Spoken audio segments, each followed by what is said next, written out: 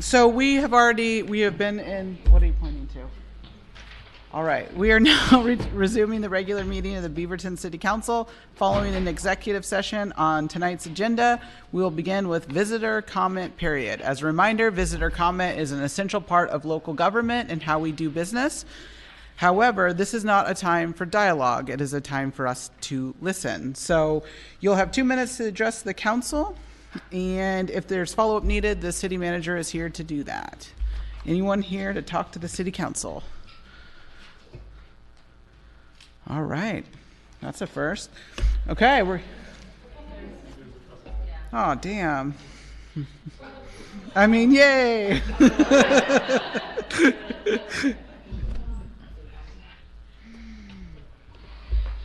I don't see anyone in my chat, so.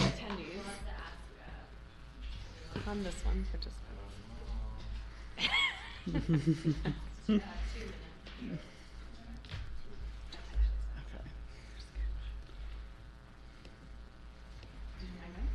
Yep.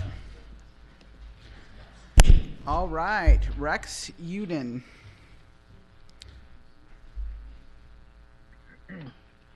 Good evening, Mayor and Council members. I would like to request that all documents and communications between your council and the Anti-Defamation League be made public. I have with me today the ADL toolkit that was sent to city councils across this nation. So as a reminder, we've experienced something like this in the past. You interrupt me I can right almost now? guarantee No the reason? next couple minutes aren't going to be awesome. So if you want to Why are hang you out in the interrupting me? lobby, the council will be doing public comment. Very unprofessional, you fat dyke. The Jewish banking system is coercing the United States government to send billions in aid to protect Israel and Ukraine's border. I call on this council to pass a resolution which reaffirms the Constitution and Bill of Rights as the It's unadulterated because I law of went the on the land. news this week. The and ADL was talked about founded this to again. protect a child-murdering pedophile named Leo Frank in 1913. The ADL is an anti-white hate group comprised of dual citizens whom relentlessly attack the people who founded this nation, Europeans. The Naturalization Act of 1790 states this land was established as a homeland for Europeans of high moral character. Our council, as well as other governing bodies, have no business taking orders from an organization founded on lies to defend a child rapist. Men have shed blood for our civil rights to speak and protest. Yeah, please They put also the did camera on not John shed Duggar. blood to set up a worldwide welfare state for all these third world shit-skin invaders to come in here and leech off of us either, though. The ADL will not strip white Americans of their rights that our forefathers shed blood to achieve. City councils who follow the anti-American ADL coaching to restrict free speech will pay a price via civil rights lawsuits. The United States will no longer be ruled by a 2% minority instructing our governments to violate citizens' unalienable rights. Jews have been expelled more than 1,030 times because they are subversive parasites. And being American is in your blood and not your paperwork. Beaners, you can go home now. We have the recipes. Fuck the Jew ADL. Yeah. Thank you. All right, Bill Shaner. Good evening, City Council. Wow. Yeah, just wow. My name is Bill Shaner, and I would like the City Council to just not make any resolutions for the ceasefire efforts that are going on in many cities in our states for the Israel-Gaza conflict, because I would like the world to see the continuous evil that the nation-state of Israel itself is committing. They are committing war crimes daily. They are using white phosphorus, which is banned by the Geneva Convention, by the way, and has been banned, but for some reason, Israel never decided to ratify the Geneva Convention. They wanted to get away with, war crimes and biological warfare. They've been sterilizing Ethiopian Jewish migrants who have been seeking asylum in Israel without their consent or knowledge. And Israeli Defense Forces, the IDF, a team in their tactical army units, have been seen and caught on video bragging and high-fiving each other about shooting children in the genitals, using it as some sort of sick marksmanship contest. They're out there killing, raping, and maiming every civilian man, woman, child, and goat that they can find, and somehow we're supposed to feel bad for their fake stories about beheaded babies. No, I do not wish the city to take any position pro-Israel or pro-Palestine, even though the Palestinians are fighting their oppressors and aggressors that stole their land in 1947 and still show up to this day to the homes of Palestinians, the Israelis do, and force them out of their homes, take their entire property away from them, and then make them homeless. In fact, if we have to have any position on this situation, I would like to call for the complete dissolution, abolition, and destruction of the illegitimate state of Israel. Fuck these fucking kikes. Thank you. As a reminder, profane language will have you cut off. That is the one thing we can do. So with that, Albert, please state your first and last name for the record, and you'll have 2 minutes to address the council. Yes, thank you. Albert Fish. And I had a little speech here I wanted to read. We're tired of being ruled by those that hate our very existence. We cannot coexist any longer. We must separate and peacefully expel all enemies of the white race. Our future will either be of God, nation, and family, or degenerate filth. We're at a moment in time where we still have a choice. Pick a side. Will you stand for the right of the white race to exist, or do you stand with the pedophile, Marxist Jews? Our people have built this nation and European empire throughout history. We will arise from the ashes. Adolf Hitler was not hated for so-called Jewish genocide or tyranny. He was hated for being the enemy of communists. At all costs, he made sacrifices for our people to take a stand against Bolsheviks, communists, and enemies of God. He wanted a future for our people, for us to live in peace in a world free of filth. It took all the communist Jewry and other scum united to keep us enslaved. We may have lost the battle, but we will win the war and we'll set our people free of Zionist occupation. It should be illegal for the ADL and all others to lie about the Holocaust. It just simply didn't happen. Gas chambers for delousing of fleas, and there was no Jew skin lampshades. There was no soap being made from human remains. Schindler's List and all other propaganda films were simply Holly Jewwood. Anne Frank's diary was written in ballpoint pen, which didn't even exist until after the war. The famous book Night by Elie Wiesel was a total fabrication. Historians have proven these claims false. 6 million Jews did not die. Zyklon B was never used. If the events were true, they wouldn't need to pass laws to stop people from questioning it. Truth can be investigated. Only someone with something to hide would try to silence anyone who wants to examine the so-called facts. And to learn the truth, go to gtvflyers.com and watch Defiant by Devon Stack. And I did have a little act of protest I wanted to sing. Here's a little song. There you go again, talking about reparations. There you go again, talking about something else free. Well, there you go again, talking about reparations. Well, listen to me, nigger, you ain't getting nothing from me. Well, listen to me, nigger, you ain't getting nothing from me.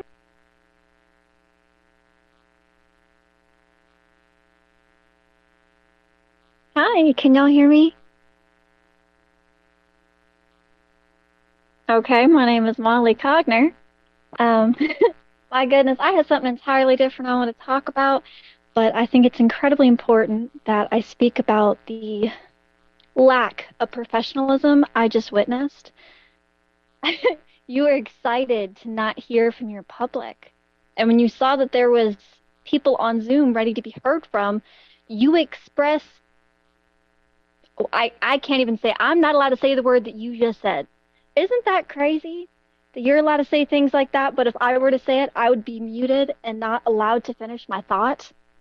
Pretty disgusting. I also find it disgusting that in America we have the right to speak, yet for some reason you feel as though it is appropriate to talk over somebody.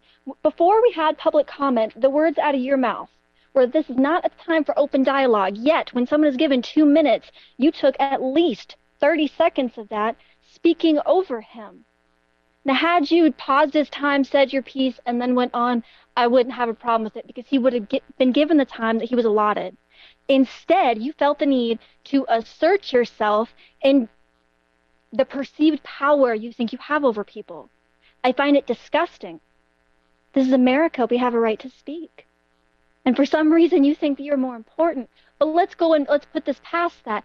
Our tax money, right, goes towards your salary. Your salary is part of your salary, part of your job description is to listen to us and then act upon what we say. How are you going to act upon anything if you're not listening?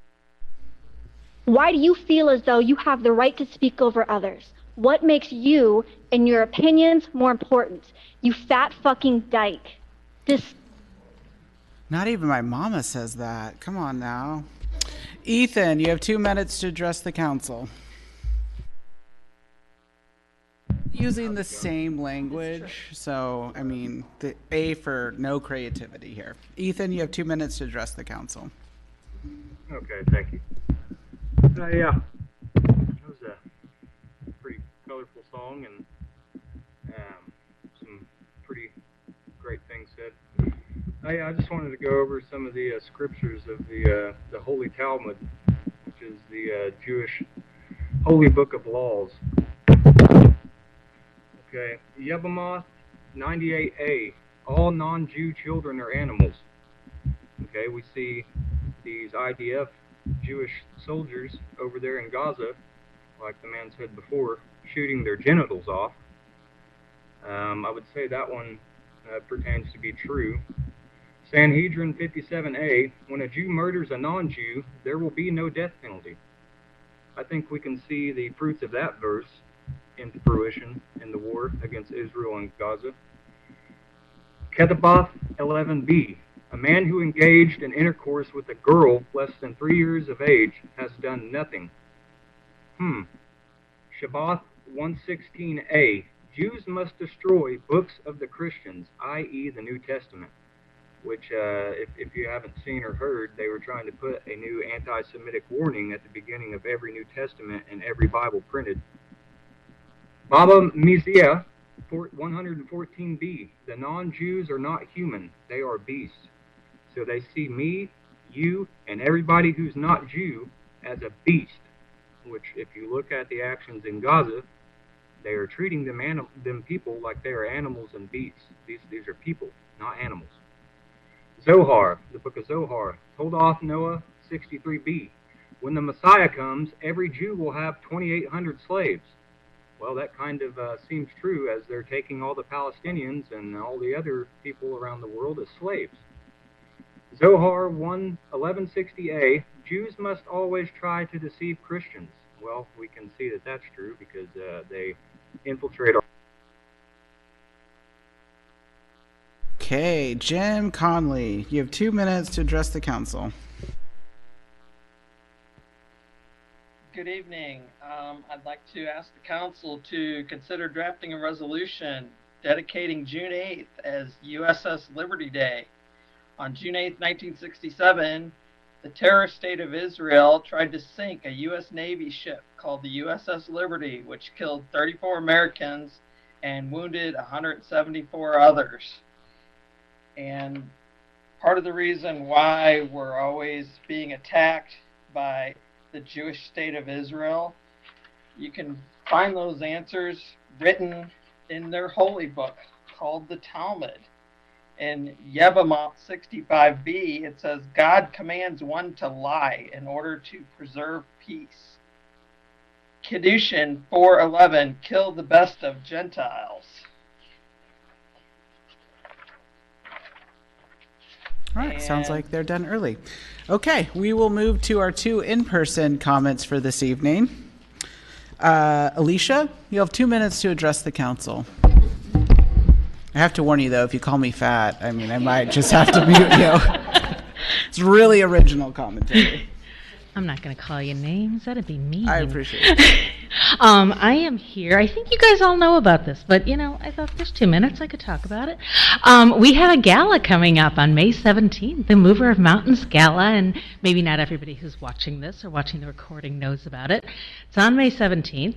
The Chamber is hosting this, and we're giving out 11 community awards, and we're really excited to be doing that. We're giving out a Living Legend Award that I can't announce yet tonight, but you're all going to be very excited about that. It's also an opportunity for the community to gather. Last year we had 210 people in attendance. We're looking forward to about 350 this year. We've got a live band, and there's going to be dancing in the evening, so we're very excited about that. We also host a silent auction and a wine pull to raise money for scholarships. So last year we raised $13,000 for scholarships. This year we're excited to be able to give away three $3,000 scholarships to local youth. So these scholarships are anyone who's graduated from Beaverton School is eligible Beaverton High School is eligible for them, anybody who lives in Beaverton, anybody who's a chamber member, or the child of a chamber member. Let's see, they need to have graduated this year or in the last 2 years. So we're hoping to get those students that maybe took 2 years and went to community college and now they're going off to college. It also doesn't have to be for college. It can be for trade school or any post-high school education. So we invite all of you to come, and we'd like you to bring your checkbooks or your credit cards so that you can help us raise more money for scholarships in Beaverton. I've got 12 seconds left. What else can I say? If anyone's interested in sponsoring the gala, let me know, because I'm still accepting sponsorships, and thank you to the city for sponsoring the gala. Thank you. Okay. And if any of the council wants to go, I have some tickets, so let me know after. Donna, you have 2 minutes to address the council. Also, it's not a competition for filling the time. I don't have that much to say. But I can give you a market update. We're excited to hear from you. Can you do it via song, though? No. Okay. No, I'm sorry. You probably don't want that. I just would like to say thank you to each and every one of you, city councilors and the mayor, for a really spectacular state of the city yesterday. I unfortunately live in unincorporated Washington County, but I do consider Beaverton my home. I work in Beaverton, and I'm really proud to be a part of Beaverton. So thank you to each and every one of you for helping to make this such a wonderful place to live, work, and be. So I'm not going to compete for the time, but I just think it needs to be said for anyone who missed that. It was a lovely evening last night. Thank you. So, we appreciate thank you. Okay, we do have 3 proclamations this evening, but we're going to start with 2. We're going to start with International Women's Day, and then we're going to do Women's History Month.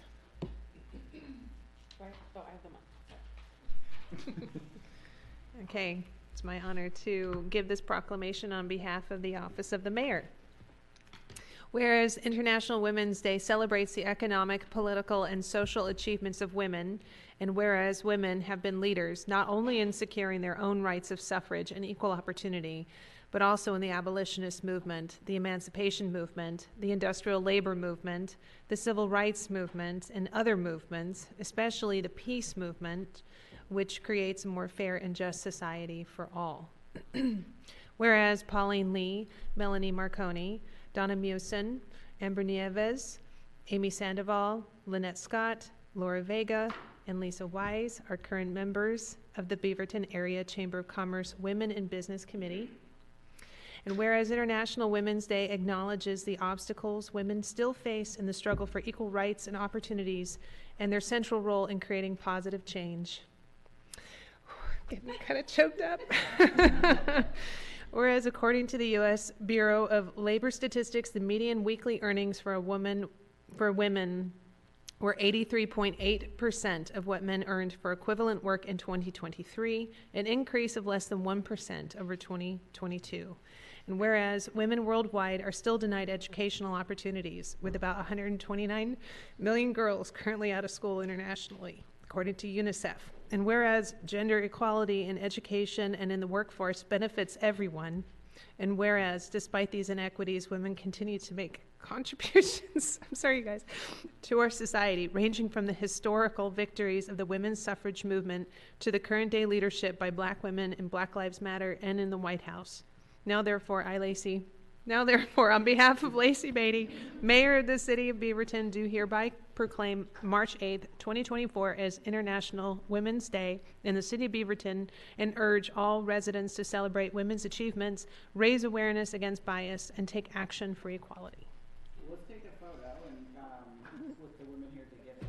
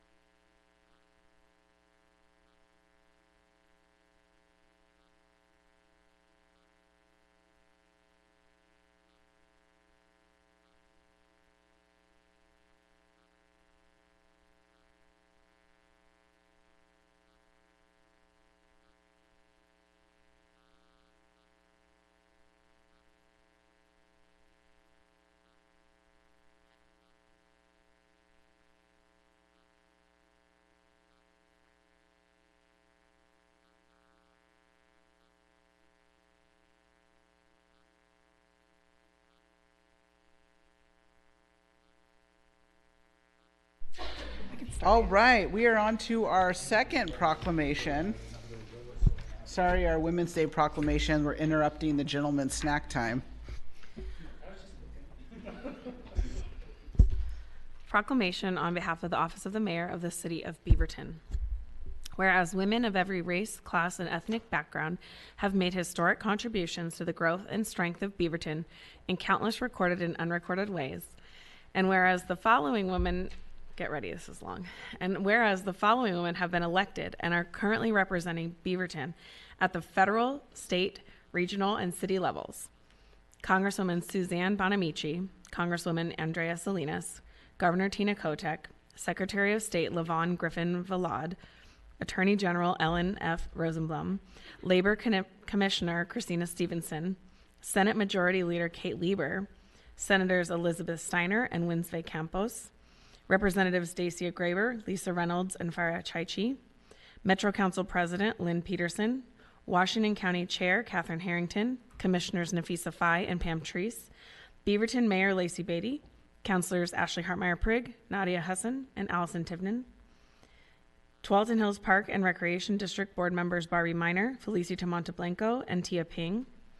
Beaverton School Board members Tammy Carpenter, Ugana Ananaya, Sunita Garg, Susan Greenberg, Karen Perez, and Melissa Potter.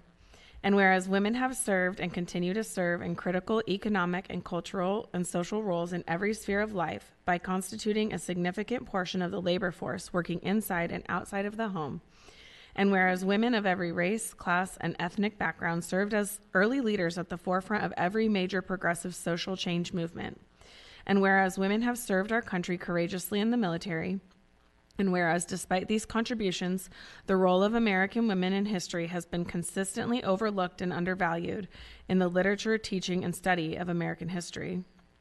Now, therefore, on behalf of Lacey Beatty, the mayor of the city of Beaverton, do hereby proclaim March 2024 as Women's History Month in the city of Beaverton and urge all residents to observe this month with appropriate programs and activities that honor the history, accomplishments, and contributions of American women. It's a long list of That's- women yeah, it's that getting represent longer. us, so That's awesome. I appreciate that. Okay, friends, we are on to our first presentation of the evening. Long-term Beaverton volunteer, Kim. Come on up, bring your posse with you and introduce them.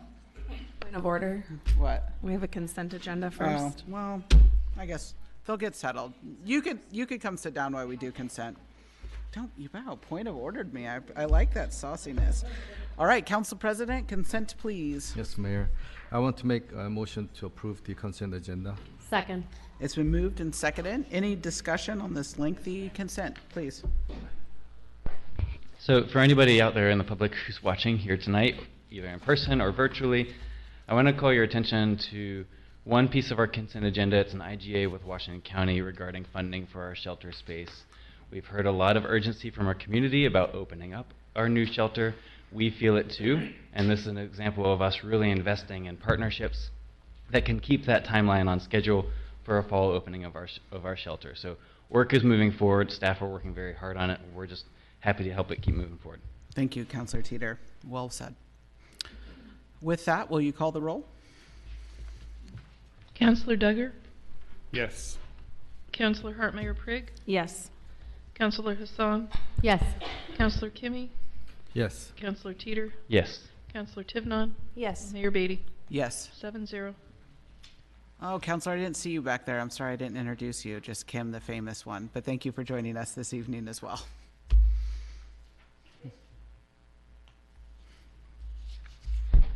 Good evening. Thank you very much, and thanks for having us here. I am Kim Overhage, as Lacey said. Thank you. And I've been a Beaverton resident now since 1985, which is really hard for me to believe. But I'm so happy to be here in Beaverton. This is such an incredible place to live. I'm also the chair of the Oregon Zoo Foundation Board of Trustees, which is something that just brings joy to my life and is just been one of the best, most wonderful things I've ever gotten a chance to do.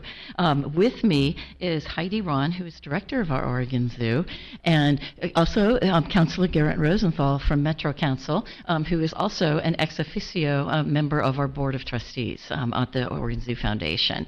And so the reason we wanted to come talk to you today, because we wanted to share with you two things, both what has happened, Phase 1, for the master plan for the Oregon Zoo, and what's coming up, what we're in the active planning stages for Phase 2 of the Oregon Zoo Foundation, or Oregon Zoo, not Oregon Zoo Foundation.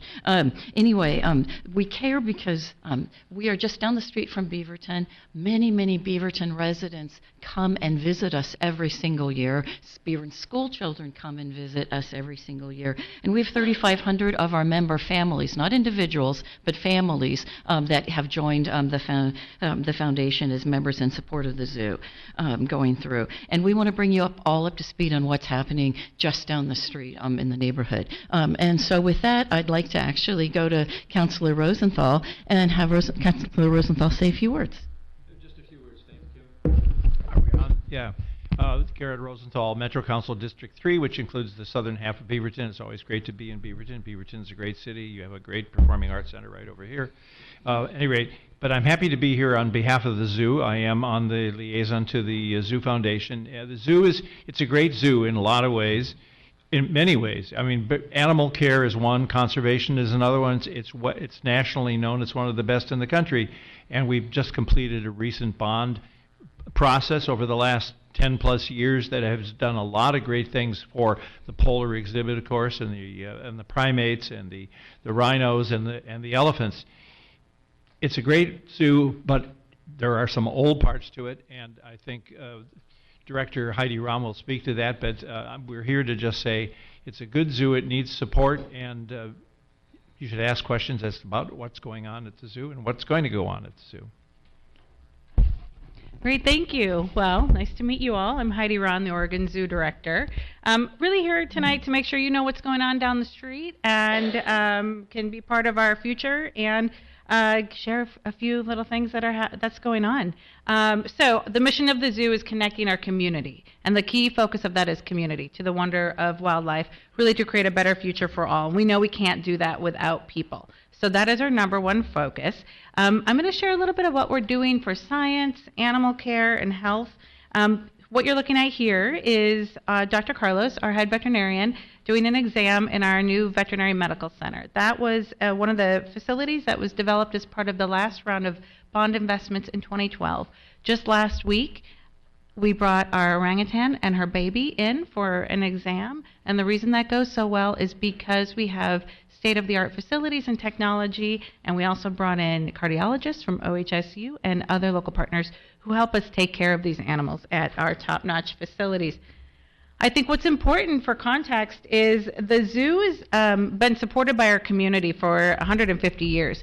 One of the things we do is get accreditation by the Association of Zoos and Aquariums. It sets the gold standard for zoos and aquariums, and this year we are one of only 2 zoos ever and 2 zoos in the country to achieve 50 years of accreditation. And it's something I think our community can feel really proud of because we are consistently progressing and advancing and pushing the envelope in terms of what we do. So I hope that you all can celebrate with us and feel proud of that 50 years. We get about 1.3 million visitors to 1.5 million a year. We are a huge community treasure and community hub, and that includes all of your friends, family, and children coming to the zoo to have field trips, camps, etc. One thing people might not know is how many animals at the zoo are currently rescue animals. So here's a collage photo of several of our rescue animals. This means they were either orphaned or injured or unable to survive in the wild. Others were victims of the exotic pet trade and require specialized care that their owners weren't able to provide them. So these are just a few of our second chance animals. Other things people might not know is just how much we're doing for reintroduction of endangered species and recovery of endangered species. Over a century ago, the once abundant sea otter population off the Oregon coast was hunted to extinction for fur trade, and they haven't been here since. We're working with local partners like the Alaka Alliance and tribes on the Oregon coast to help restore the sea otters and help restore the kelp population, the kelp ecosystem, which is critically important. But you can always come to the zoo and see the sea otters anytime you want. Our track record. So prior to being the zoo director, which is about 2.5 years for me, I oversaw the design and construction at the zoo for about a decade. So I'm sure many of you have seen that. In 2008, voters across the region voted unanimously to invest in the zoo and making sure that we were taking care of our animals and up to date on all of the standards. That bond was transformative for the zoo. It provided the impetus for a dramatic overhaul of several of our most popular habitats, including Asian elephants, primates, and polar bears.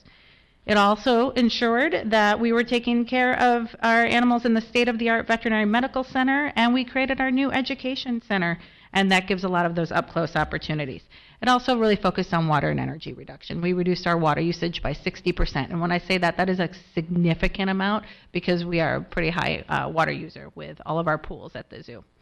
All of those projects were completed on time and on budget, and here is Ms. Kitra and Jolene, who I mentioned had their exam recently. If you have not been to the zoo recently, Jolene is the baby here. She is adorable, and I highly recommend you come visit her.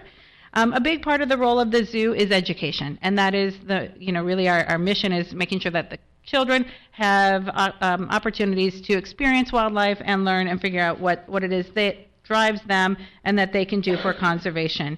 We have a zoo apprenticeship program. It's a paid apprenticeship program for teens who are 15 and older with an emphasis on low income and youth of color. It includes educational programming, career development, animal care, and conservation education. It's our opportunity to connect the community and our students to careers in the zoo field. So for those of you out there listening, if that is of interest, please look out for that. We also host camps. We have that new education center with camp facilities, and we are now partnering with OMSI to deliver on those camps. So where are we going? We knew that last round of investments was just phase one, and we have to continue to invest in the campus. So we have a new campus plan that I'm going to share a little bit of highlights of what you can expect from our 20-year vision. And we didn't do this alone. We worked closely with community. We brought together key stakeholders throughout 2023, where we've been really trying to figure out what does our community want from the zoo and where do they want to go with us. So we engaged more than 2,000 contacts, many partner organizations, many that you can see here, and in-person sessions to kind of design what does that future zoo look like and how do we get ready to make sure we can invest in that. So the priorities coming out of that are, of course, animal health and well-being, making sure we're focusing on conservation education, our conservation of water and energy, making sure we're accessible and welcoming to all, and that we continue to play the strong role that we play on species recovery and conservation. So our top priority is health and well-being of our animals, and we know we need to update our habitats. Some of you might know that the penguinarium has been around since the zoo has been in Washington Park in the current location. So that would be one of the first priorities, creating a new coastal shores exhibit that would include the penguins, sea otters, seals, kelp forests, etc., and really more modernize that habitat and update the infrastructure. That means we've got to make sure that we're continuing to look at what do we have protection from heat, extreme weather that's impacting us, it's impacting all of us, and that we're ready in case of disaster or emergency. Making sure that we have engaging exhibits that connect our community. This is showing a giraffe feed. This is not at the Oregon Zoo, but it is something that we will be designing into our new giraffe habitat. We currently have a giraffe feeding station, but we only have 2 giraffe because we only have space for 2 giraffe inside. So we need to have bigger indoor-outdoor spaces so we can get a larger herd of giraffe, which is great for their social dynamics and also great for the interaction with our visitors. We will also make sure that education is a big part of connecting folks throughout that experience. Water and energy will continue to be a big focus for us. Our goal is to have a fossil-free campus by 2040. It's really walking our talk as a zoo, and that means we have to replace much outdated infrastructure and aquatic habitats. And I want to share a story during the ice storm recently, a few weeks ago, I guess months ago now. It was rough at the zoo. We didn't have power for 2 days, but we were okay because in that last round of investments, we put in new generators and new electrical infrastructure that carried us through that event. The animals were fine, the staff were fine, but had we not done that, we would have been much higher risk. So continuing to make sure we're making those investments to keep everybody safe. We want to make sure that the pathways, the feel, the zoo is hilly, that everyone feels welcome, and that we've updated and refreshed our spaces. Now, let me just be clear, what you're looking at is a rendering, not an actual design, but those of you who can see it may see a giant beaver art installation, which, could be very fun. But this is showing you when you come into the zoo, simple things like shelter, and keeping people dry and covered when they're out waiting, particularly school groups, for their entry and their pickup. Making sure that they have refuge from heat and weather, and that we've got great rest areas.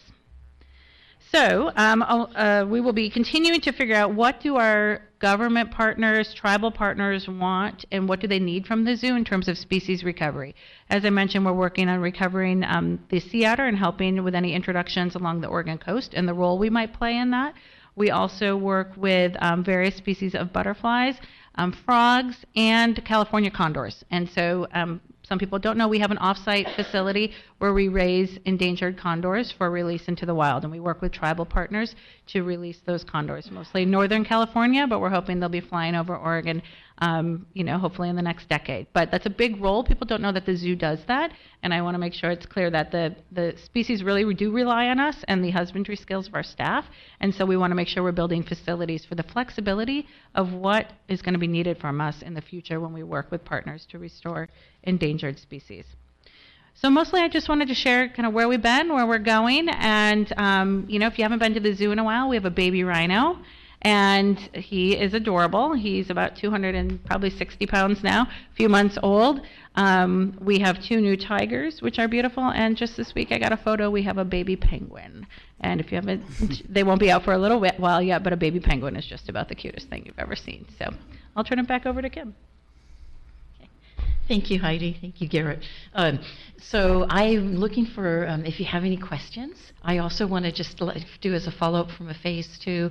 Metro Councilor Rosenthal and the rest of Metro Council did vote unanimously for the support of a bond to be put on the May ballot. So you will be seeing that on your May ballot, and that will be to fund a significant amount of this phase 2 as we look forward to going through for what we're doing. And the primary goals that are focusing strongly on the animal health, the conservation education, the sustainability that Director Ron was talking about going through. And for us, it is there will be no new taxes. It's instead of the current 9% for the old bond that's going away, it'll go to 8.5% or 8.5 cents per assessed value. So it'll actually be slightly less than what the current bond is for right now. But I wanted to make sure you were aware of that as well going through. Are there any questions? There have been some incredible things that have been happening, including, you mentioned the 2 new baby black bears, the rescues from Alaska. Sadly, one of them had a mother hit by a car, and when they're very tiny babies, they don't make it if they're out by themselves. And so they were picked up by Alaskan authorities and nursed a little bit back to health, but they couldn't keep them there because they just flat out didn't have space. They sent them to us. And so we have Thorn and Timber. You might guess where the names came from going through. So they're out and happily exploring the new habitat. If I need an up day, I go out and see them, and they're fun times. So questions? Yeah, I appreciate the update, and I'll say that the Beatty family is heavy utilizers of the zoo. It's the best bargain in town for a family, and I really appreciate that aspect of it. Every time we have a presentation about the zoo, I mention this, and I'm going to include Councilor Hassan in this with me today, as we both have young children. The vice mayor and the vice councilors must come see the chubby unicorn, the rhino behind the scenes, to make sure that Beaverton residents are getting the best out of the zoo. So we'll be waiting for our invitation to come visit that guy behind the scenes, and we'll help you with the bond if we meet the chubby unicorn. Absolutely. Councilor Tivnon. Okay, I might have a question in here somewhere, but it's mostly comments. So I started my first real professional job in October of 2008 at a local, they have an office in Portland. They're all over the place. Landscape architecture firm, Parks and Recreation, and whatnot. And I was there about a month when one of my coworkers came screaming down the hall, the bond passed. And all I knew about her at this point, because I just started this job, was that she really loved elephants. She had a lot of elephant paraphernalia all over her office. She had elephant earrings. Yeah, she had an elephant screensaver. And I remember I was still fairly new to Portland and Oregon at that time, and I was asking about it. And she said that it was going to be a groundbreaking new way of thinking about what habitats should look like for elephants at zoos. And that it wasn't just about them being on display for people. This was about trying to mimic as closely as possible what their environment would look like in the wild and give them things that millions of years of evolution had instilled into them that that would help them thrive in that environment. And then to watch that project happen, and then the one after it, all on time and budget, like you said, it was just wonderful to see. My son is 14, so he's a little on the older side, but we did just make a trip a few months ago, and I had a moment with Jolene on the other side of the glass, and they had to pull me away from that to go and see the fruit bats, which is my son's favorite. But I was very excited to hear about that, especially when we went to the penguin exhibit and saw. I mean, that's pretty OG there, right there. It's old. So for that little baby penguin and all of their relatives in there. So I do have to say, on a more serious note, I was really happy to hear that the music programming has been rethought up there. It never quite sat well with me, these rock concerts at night there, and I'd heard that elephants moving their heads like this at night did not mean that they were dancing to it. So I love that is also a new chapter that the zoo is embracing.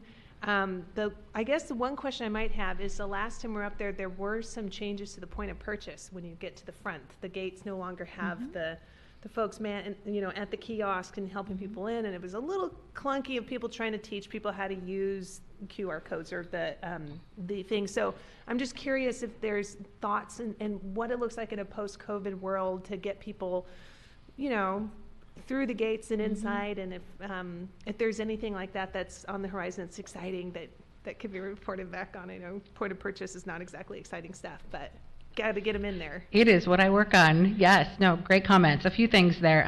The front entry has been slightly remodeled, but we will be re-updating it in this next round to create that flow. I think what we learned in COVID, we are constrained by that parking lot. And for visitors who come, that is the number one thing that will constrain the flow of visitors through the zoo. And so we found that time ticketing really helped us manage that flow, so people weren't circling looking for parking or struggling with that. So time ticketing has been something that we have maintained coming out of COVID. And so we're still allowing members now. We'll be allowing members to kind of drop in without having that in the future. But we will be creating a better front entrance. We also are getting a new point of sale system. So we have new technology coming, new front entrance components coming, and that will all be designed to create that better flow to reduce that pressure point. So thank you for raising that. I also want to announce and make sure you know, for your 14-year-old, we are relaunching our teen program. So coming out of COVID, we were able to really think deeply about what is our role in education, and not just bring back everything we had, but work with our community to design what they wanted. And so we worked with teens throughout the region to identify what they wanted out of a teen experience at the zoo. So look for that this spring and summer, for those of you who are interested in that. And then I'm really glad you got to see baby Jolene up close, and that's a fantastic, and thank you for highlighting the transformation of that last round. It was truly what we had to do, and I'm so proud of what we were able to accomplish. And now we have to think about, where do we want to be in 15 years? And I know we don't want to have that 65-year-old penguin habitat still standing in 15 years, or an outdated giraffe habitat, or some of the others. So thank you for acknowledging that. Fine, you can go on the right on the floor with us too. Council President. Yeah, I just have one question. That was a beaver. That was a beaver. Okay. It doesn't have a Beaverton on it? No? It should, I should say. But I have a comment. I raised two boys, and when I first got to Oregon, zoo was the place that they would hang out, that they wanted to go. I used to be a member. And they used to love to ride train and go to the Washington Park and come back. It cost me $2. I hope it's the same. It's not? Oh, okay. No. Back long time ago. And then they used to love to eat elephant ears. Mhm. and I used to always buy them. And one thing I always wondered was, you mentioned 2 new tigers. Every time I went to see the tiger, they were sleeping. I never seen them awake. So hopefully they're awake. But it's just wonderful. I love to go back and see and enjoy also the music. Great job. Thank you. I see the headlines tomorrow. Counselor Kimmy accuses zoo of fake tigers. Counselor Hassan. Thank you for your presentation. We love the Oregon Zoo. I think you started answering my question, but I would just love to hear from you, like, what is the programming that you have for families? I mean, I have a 12 and a 4, so I would just love to hear that at a high level. Yeah, thank you. So we have a membership program that we would highly recommend for families. It's as the mayor said, a great deal in terms of frequent visits and making sure you get the most out of your benefits. And the nice thing is you can tailor it to the size of your family. One thing we learned from our community over the past few years was, not one size fits all. And so we made sure that we had more unique, tailored options for families or individuals, however you want your membership. So Oregon Zoo memberships, I would look that up and figure out which one works best for your family and or your individuals as you are, and check out what works for you. Cool. Yeah. And just putting it out there, any programming for, I just think of like childcare and summer and the teen program, I will be looking all of that up. But post-COVID, like we're just seeing the impact on families and just figuring out ways we can continue to do that. So thank you, and please continue to do that however you can. Yeah, thank you for that. I think, during COVID too, we recognized the role the zoo played to get people through COVID, through that experience, particularly parents with little kids at home, and being able to be outside and be that place for our community members to go. And we took that really seriously and had the community help us figure out, like, what does that look like moving forward and how do we continue meeting their needs in those times. Counselor Hassan, I hate to be the bearer of bad news, but you're already behind if you haven't started looking for summer programming. Okay, just throwing it out there. If you could email her quickly, summer camps, I appreciate it.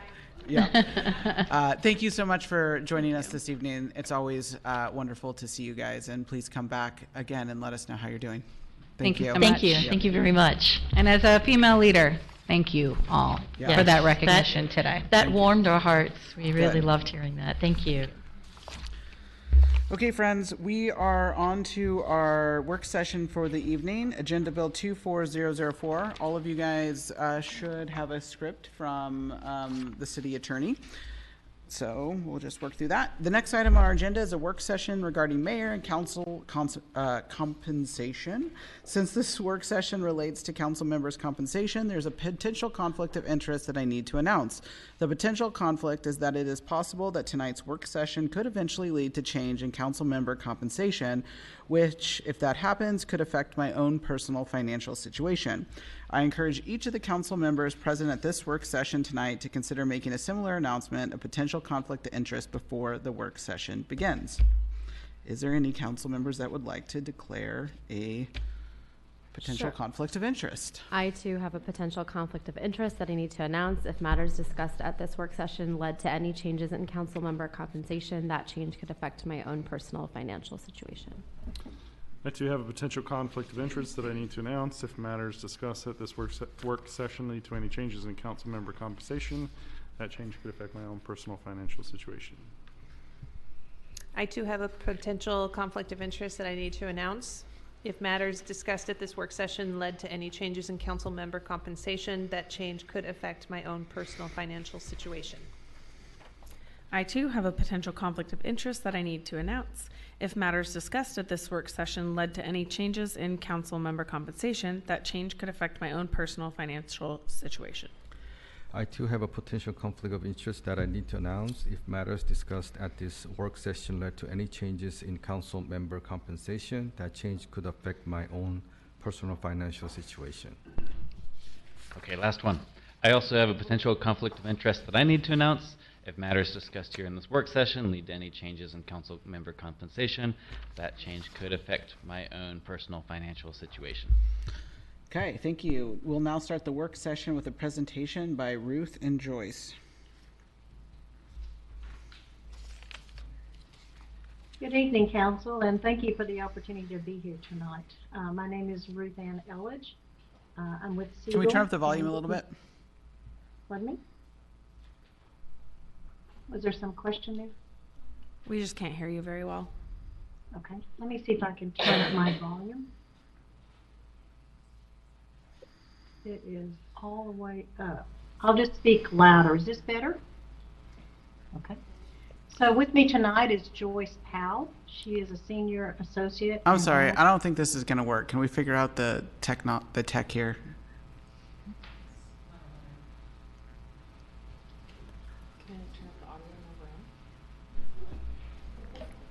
Can they try calling in to the number? I'm looking at my settings as well to see if there's anything I can do to.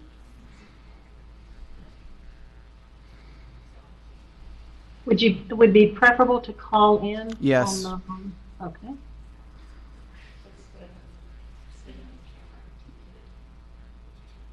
Give me just one moment.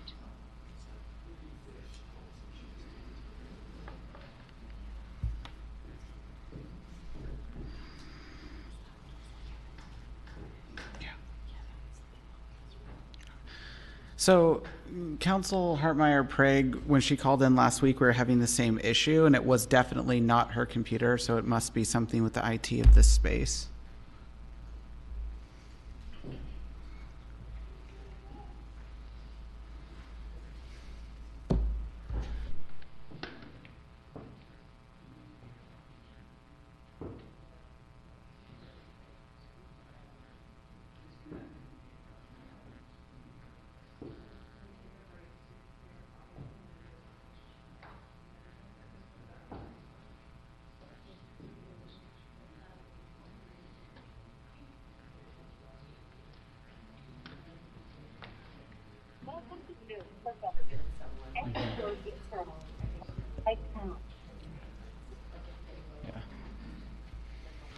Yeah.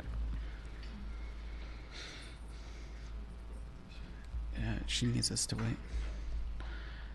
Is someone helping them? Participant ID followed by pound. Otherwise, just press pound to continue.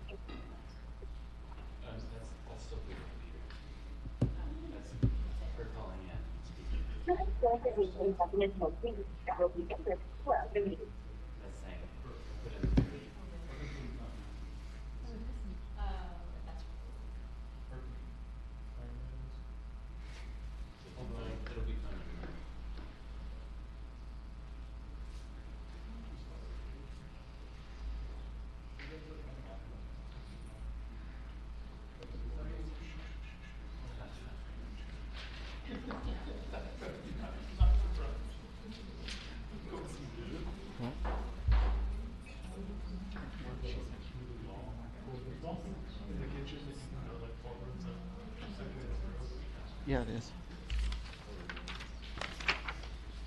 Okay, can you hear me?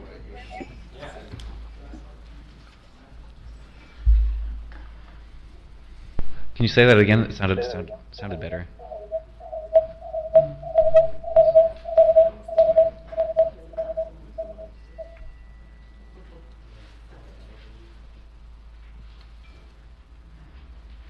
Hello? Can you?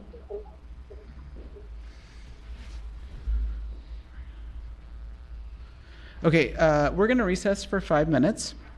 We're going to let the technical staff figure this problem out. When we come back, we have a proclamation at 7, and then we'll start the agenda so we don't have a break between the proclamation and that. And I'll let the city management team work through this issue.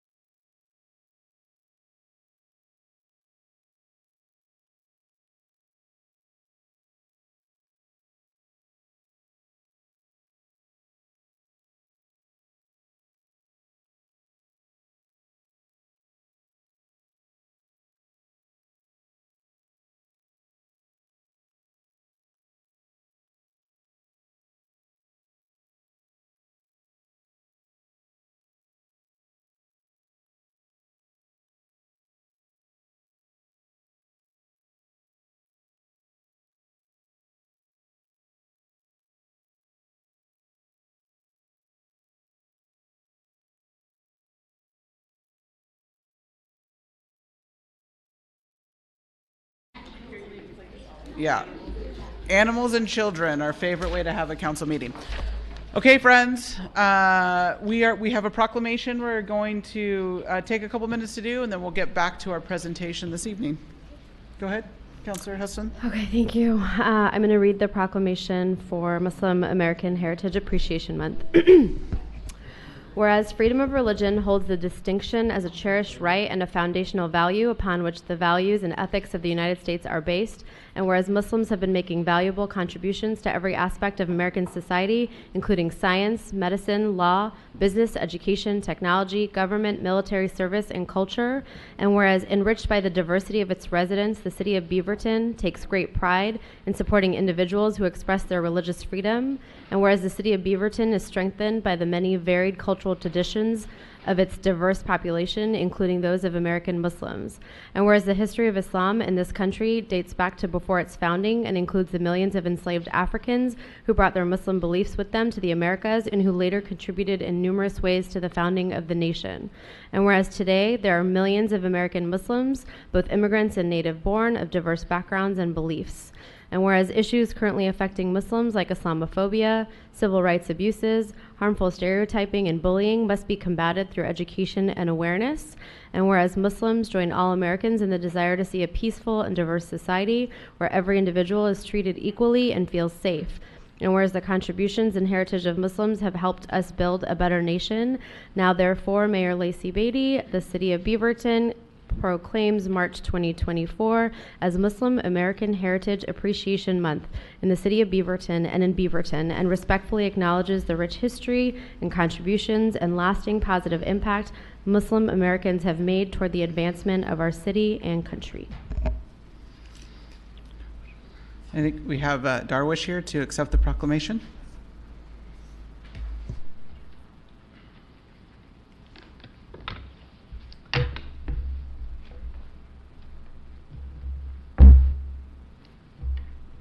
Thank you for having me today here. Mayor Beatty, Councillor Hassan, Councillor Duggar, Councillor Hetmeyer, Councillor Kim, Councillor Teeter. For the record, my name is Darwish Zakil. I'm the chair for Advisory Diversity Board of Beaverton and a co-founder and community advancement director for the Afghan Support Network. Today, I stand before you for the most as a proud Muslim and extend my heartfelt gratitude on behalf of the Muslim in the city for today's proclamation recognizing March as the Muslim American Heritage Month. This gesture reframed the city commitment to diversity and inclusion, highlight the integral role the Muslims play in strengthening the fabric of our community. From enriching our culture, tapestry, and contributing our local economy in public services. Muslims in Beaverton and across the nation are vital to the vibrancy and resilience of our society. My personal story exemplifies the contribution and potential within our community. I came here in 2015. I was a culture advisor and language instructor of the United States Army for many years. I served with the United States Army in the most dangerous zones of Afghanistan. I came here in 2015 through a SIV visa, special immigration visa holder. I resettled in city of Beaverton, which I'm still proud and gladly, I've never moved to any other city, so I'm falling in love with this city. Within a year, I was able to own a business and contribute to social work to our community. Right now, I own 2 businesses and also co-founded an organization called Afghan Support Network. Through this organization, we have supported more than 700 families across Oregon. And luckily, the organization, our main office is also in the city of Beaverton. Today's proclamation is a step in the right direction. However, it is important to note that Muslim Americans across the country, including in Beaverton, continue to face discrimination. Just last week, a woman wearing a headscarf was harassed at the public building. In addition, we have been watching Councillor Hassan to be the target, of harmful hate speech and attacks. In addition to the city, we have equal access to resources and services.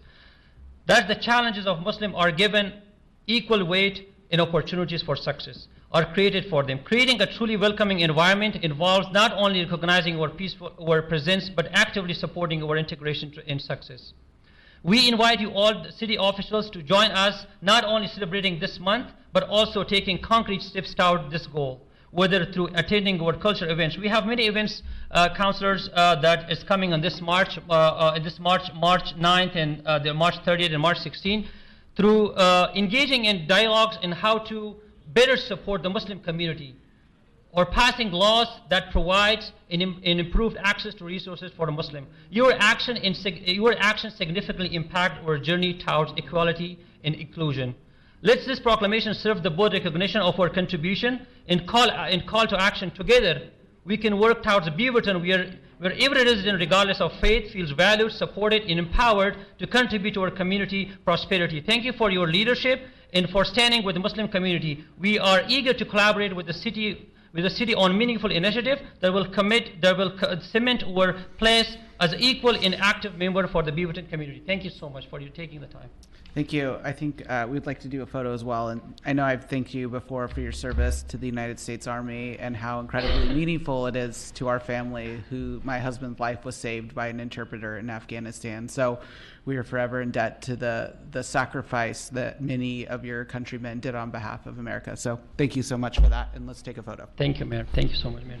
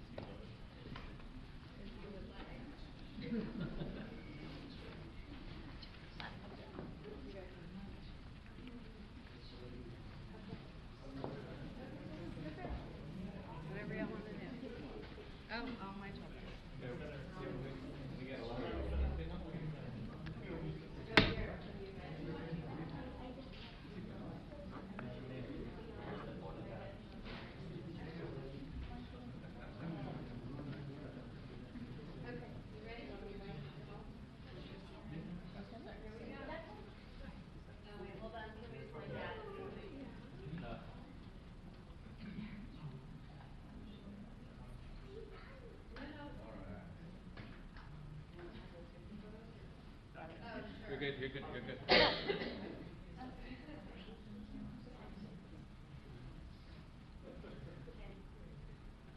Okay, right up here. 1, 2, 3.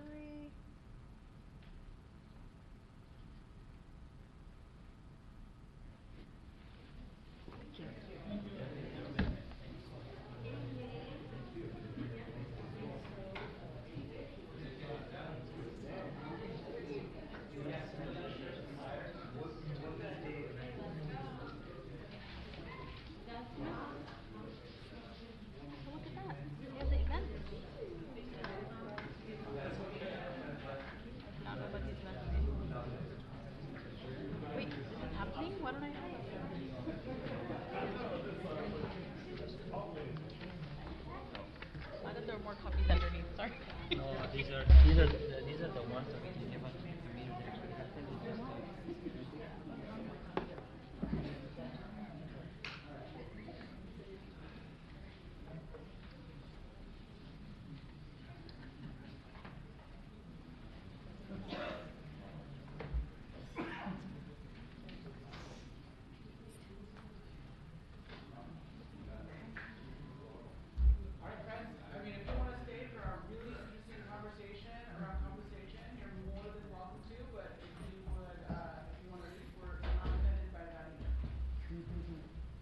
Go.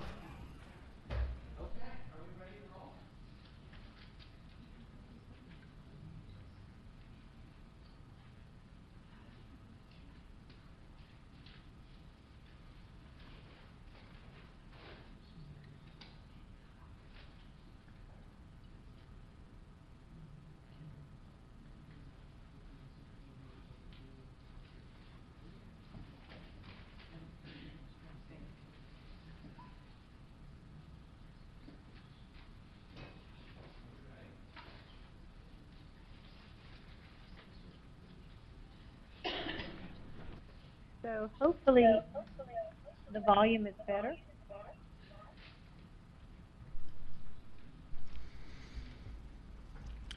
You want to say that again?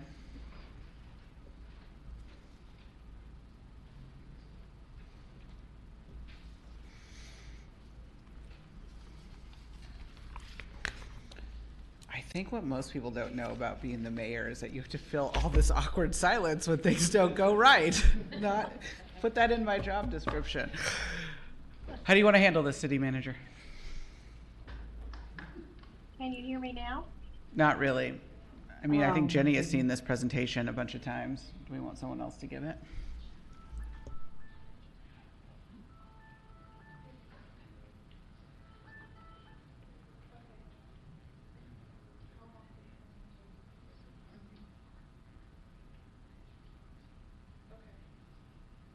Mayor, if you could indulge us for another 5 minutes, we do have our tech person that's 5 minutes away.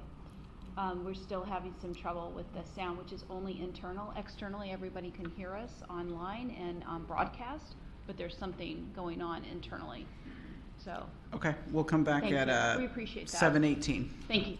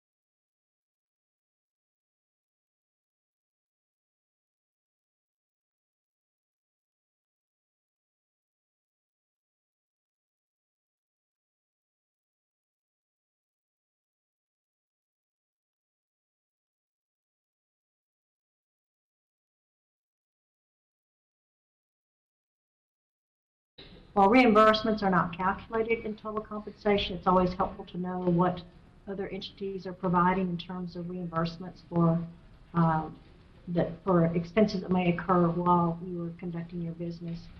And in addition to collecting the data on the rewards for the compensation for the mayor and councilor position, we've gathered information on the governance of these participants that have began what we've asked to participate, as well as participant characteristics. I'm hearing that you cannot see my screen. I'm not understanding when I've selected. We can see the screen. We can see the screen. Oh, okay. Then I'm misinformed. So the governance and the characteristics of the participants have also been collected, as part of the data we're offering for you to look at tonight. So the approach we took to conduct this study was first to determine who we would ask to participate and gather data from, then to develop a custom survey. This was an electronic document that was distributed to all of the participants that collected the information on the pay and benefits data. We conducted the analysis, which is to present you with a summary of the data and the findings here today. I want to talk just for a moment about the selection of participants for the survey process. Typically, when you begin a survey process like this, you have a fairly standard set of criteria that you would use to select your participants. Certainly, you want to have a similar type of governance structure so that you have similarities in the way that you are these positions are performing. Other factors that are typically considered is proximity, so locations that are within a geographic area, whether it's a state or a regional area that you're concerned about. You'd also want participants who have similar types of service delivery, and some that are somewhat similar to you in terms of size and population. And then there may be some other considerations, such as things like cost of living or cost of labor that may also be utilized when you're selecting participants. As we began this particular study, one of the things that we found challenging and difficult in some ways is the uniqueness of the city structure. The council manager form of government with full-time mayor and part-time council members or councilors is not commonly found. So it was interesting to see a lot of the uniqueness of the city of Beaverton. There's also uniqueness in terms of the actual city positions.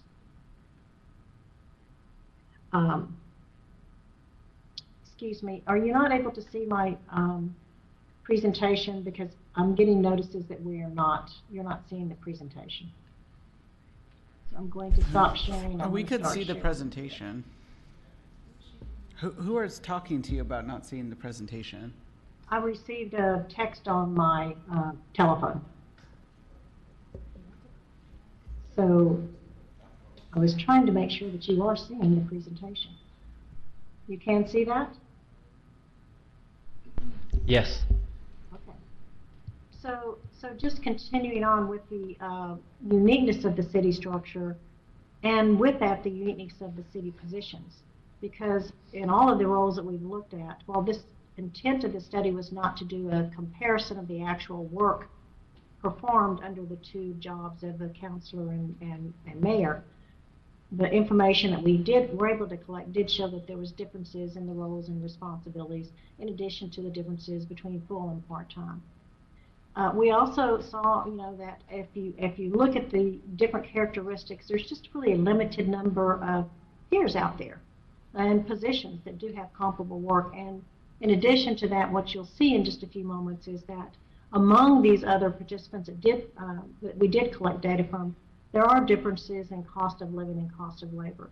So typically in a study like this, you'll try to gather information that is relevant because of the difficulty in matching with the uniqueness of the city and the city positions, and determine, based on the similarities of those participants, the relevancy of the work or the data that has been collected for your review. These are the participants that did provide us with information. You can see that they have a variety of characteristics that are similar and different from the city of Beaverton. So, for example, in this view of the different participants, you'll see that Beaverton is actually one of the smallest entities that is involved in this, with a population that is the second to the smallest. Only Medford is smaller. And then, of course, by square miles, it is the smallest entity within here. They all have different types of services and how they're provided, with Beaverton having 6 districts, some having none, and others having, like Washington County, as many as 27. Size of budget and operating budget also vary significantly. You have Gresham, Yamhill, Ben, and Medford that are all between 150 and 300,000 in terms of operating budget, and others that are significantly higher. And of course, if you look at an indicator of the cost of living, median household income, that Beaverton has one of the higher cost of livings. And the cost of labor, too, is also one of the highest of the peers that we are, the participants that have been selected. So not all of these entities are similar under every characteristics, but any of them have some common characteristics. What really does pull all these together commonly is the governance structure and the council manager or president, council, or board entity of governance. So this information can be relevant for you to use in terms of looking at what other entities that do have a similar form of governance but have other different characteristics are providing in terms of total compensation for your 2 positions. So with the understanding that the data has a lot of characteristics that are different from the city of Beaverton, we did go through with the custom survey process that was created to distribute and collect the survey data. The participants provided us with the information that we requested in the survey, which included job summaries for their elected officials. Now, these were typically out of their charters so that they were, because the duties and responsibilities do vary so much by individual within the elected position. But you can see in general the focus of what the work is intended to be within those entities. We did collect information not only on base pay, but we looked at what has been their frequency and levels of adjustments to the pay over the past years between 2019 and 2023. And then we did, of course, ask about any stipends and benefits, expense reimbursements, and then, of course, the governance and organizational characteristics were also included in the request. We did go through market matching. We vetted that data and have provided additional clarification, or requested additional clarification to make sure that we are confident in the quality of the data that is being provided to you. Just as a note, when we asked data about other items besides the direct pay, we asked about paid leave, which very few do provide paid leave.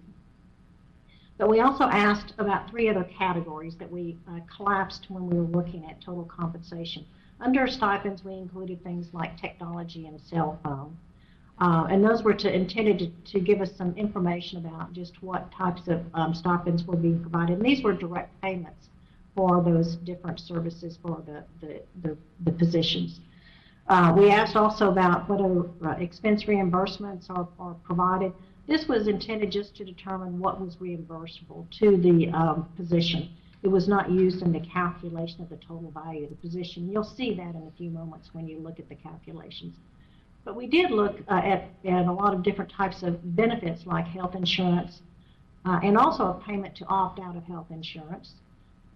Defined benefit, PERS participation, any participation in 401 or 457 retirement plans, long and short-term disability, other types of insurance, spending accounts, health savings accounts, and then other things like an employee assistance program or transit pass. And then we had any additional benefits that were provided. So in order to look at the overall total compensation, primarily we base pay and the value of the benefits provided to the on behalf of the position were included in the overall calculations. And all the health benefits and retirement and insurance was rolled up into one category of benefits, and then the stipends such as cell phone and technology and other general stipends are rolled up into one category of stipends that you'll see in a few moments. So let's begin by looking at the actual numbers after we've covered the methodology. And I wanted to begin with the mayor's position. We're going to show you a couple of different cuts of the data that were pulled out of the report that we provided to you.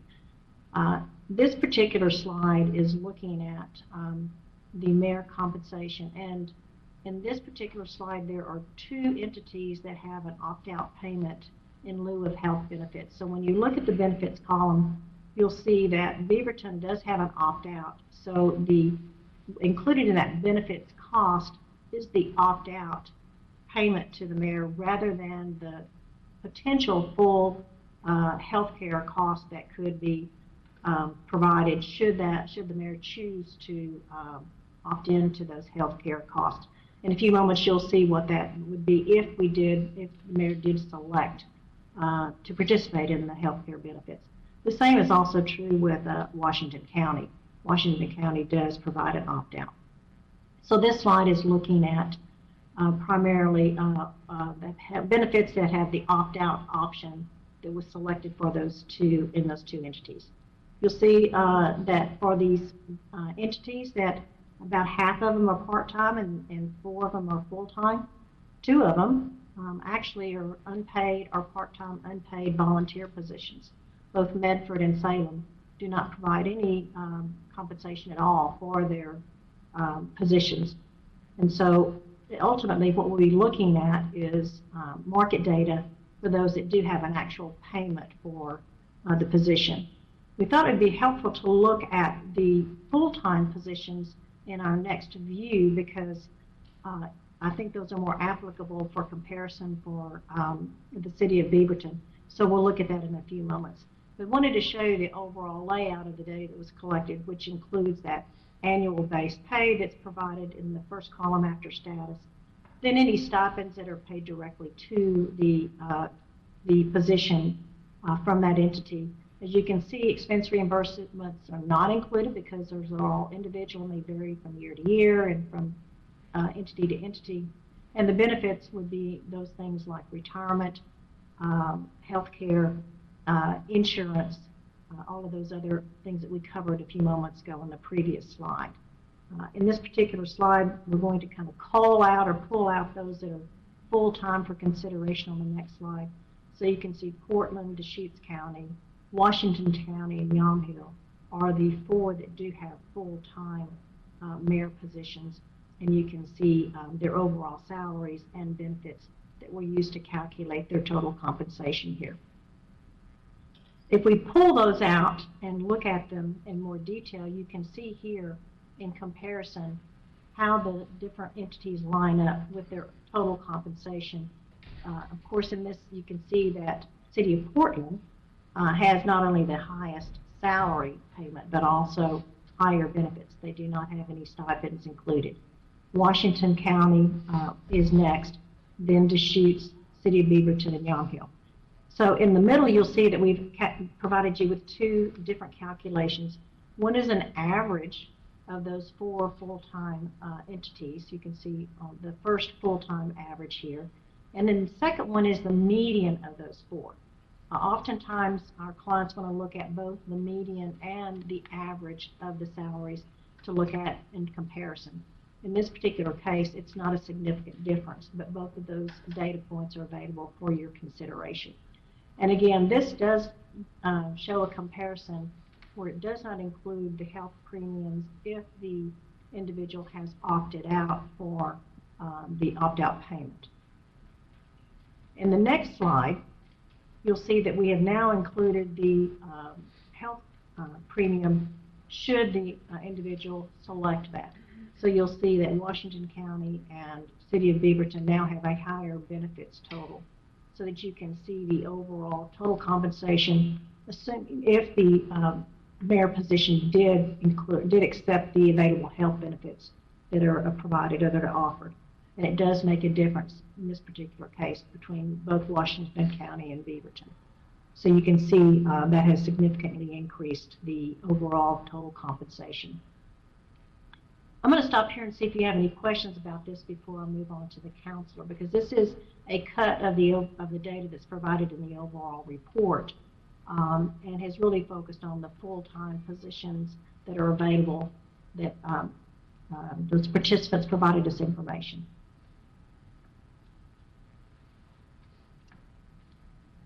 I'm sorry. So, Can you show a go ahead. printout of the benefits total? Is there a slide that shows that? Is it So the just benefits it's total is in healthcare? this column here. Yeah. And we can provide you with a breakdown of it. For the city of Portland, it's primarily their retirement and their health care premiums, that the retirement contributions and the health care premiums here. For Deschutes, it's health care.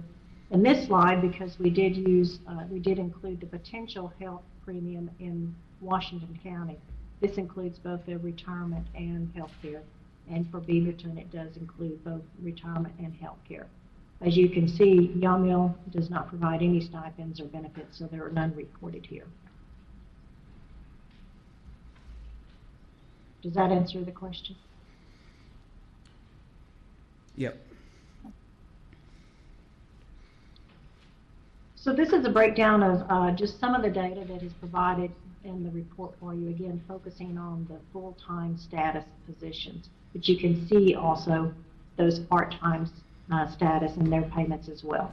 There's other analysis in the report that does provide you with an overall average of all participants, as well as the breakdown between cities and counties, and then of course you have the breakdown here of part-time and full-time. Again, you can see in the bar graph how the compensation has changed slightly. Beaverton has moved ahead of Deschutes in the overall total compensation, but other than that, there's not a significant change. The full-time median has grown some, and there's a little bit slighter difference between the full-time median and the full-time average. So on the counselor, for the counselor position, you can see all the responses here from all of the peers. Again, 2 of those are full-time unpaid or unpaid volunteer. That's Medford and Salem. And then you have, there are entities that are part-time, like the city of Beaverton, that do have an annual base pay. And we focused on those 4 that do have an annual base pay for part-time positions. There's a point of comparison for Beaverton's part-time position as well. You can see again that we've included stipends for those that are that are provided stipends in the counselor position, as well as benefits. The benefits are primarily things like transit passes, some limited types of insurance. The city of Grisham, though, does provide some assistance with health insurance, and so that is why you see a difference here with them. But they're really the only ones that have a significant contribution toward benefits. How is the total for Washington County benefits line so small? They have PERS and healthcare. How are you calculating that at $33,000? That makes no sense. For Washington County, they do not have PERS right now. Yes, they do. Joyce, you want to go over what that $3,685 reflects for Washington County? Can you hear me?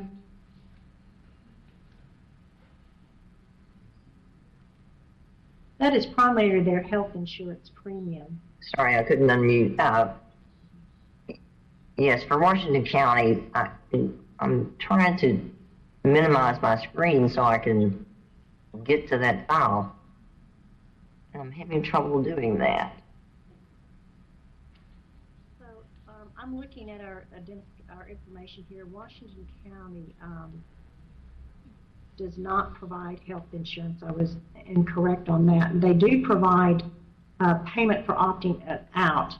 In this particular case, so this is $3,250 is for the opt-out for the Washington County counselor position. They do not have PERS. for the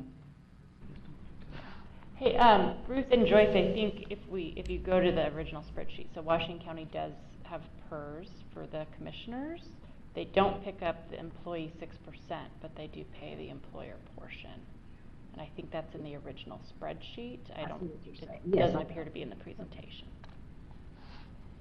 So Washington County does have health insurance, but they have opted out. This position is opted out, and $3,250 of that is that payment. And then if you move across to, they have a 6% based on the individual ERS work history that is paid. 21% is paid, and then there is really no other. There's $245 in long-term disability and $36 in accidental death and dismemberment, and $102 in life insurance. So we'll go back and look at that number to see if it needs to be revised. It's not included in this analysis right now because we've only focused on the part-time position status here. So in the next slide, what you'll see is the actual comparison of the total comp for the part-time positions. And you can see here that Gresham has a significantly higher part-time payment and benefits as well.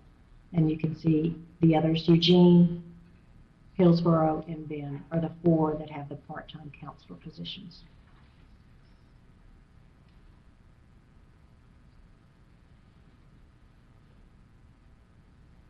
So again, we provided both the median and the average for the peers here on the counselor position.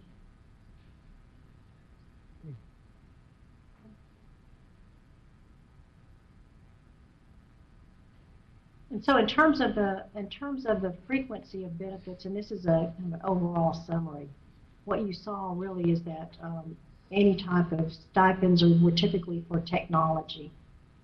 There were some approved general expenses that were also reimbursable, travel mileage, and then 5 of the overall participants did provide health insurance, but only 2 of them really assisted in paying premiums. 1 pays option for opting out for the mayor. And the counselor, on the mayor's position, the mayor does receive some paid leave, and only 1 of the participants does provide paid leave. 4 participants did also provide PERS and offer life insurance. For the counselor, again, the position most common stipend is a cell phone. We have 4 participants that provided reimbursements for expenses. Travel and mileage is also commonly provided. And then 5 of them did provide access to health insurance. 3 of them assisted in paying the premium, and 1 of them has the opt-out for health insurance. For the counselor, 4 of them did participate in PERS and offer life insurance, and 1 has some paid leave. So that's a general overview of what we saw with the benefits. And when you review the COLA adjustments, we had several of them that did provide us with information. 5 of them did not, though. Just want to point out for the mayor, you can see that there were pretty consistently some type of COLA every year since 2019. For Beaverton, there's only been COLA increases since 2021. For the 5 that did provide information, you'll see that in 21 and 23, there were 2 entities that had significant increases in COLA, and that does skew the data here. In 21, Ben had about almost a 20% increase, and so that average is skewed somewhat by Ben's significant increase. And then in 23, we had Deschutes and Ben also give significant COLA increases, which has kind of distorted the data here. That actually happened also with the counselor increases. As you can see with Beaverton, Beaverton has not had provided a COLA for their positions with the counselor position since 2019. So no adjustment has occurred to that rate of pay. As a point of reference on this slide, we've also provided you with the annual CPI percentage increases that were analyzed out of the West Region BLS Consumer Price Index. And so beginning in 2019, the CPI percent increase was 2.6%, and it's gone all the way up to a high of 8.4% in 2022. And then, of course, this past year, 4.1%. So pretty significant changes in the CPI index. Fairly meaningful for the counselor position, who's seen none, and the mayor that has seen limited over time. So that's really a kind of a brief overview of the overall report. We're happy to go into any detail about the analysis or the documentation, and want to see what questions you might have.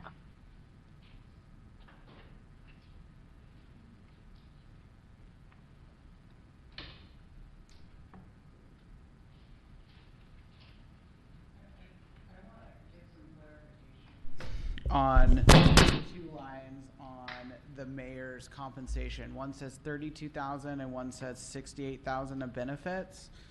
One says without health care, but it would not cost the city $36,000 a year to ensure health care for one employee. So where are these numbers coming from? So I'm going to pull up the mayor's Slide 14 and 16, there's a pretty big discrepancy.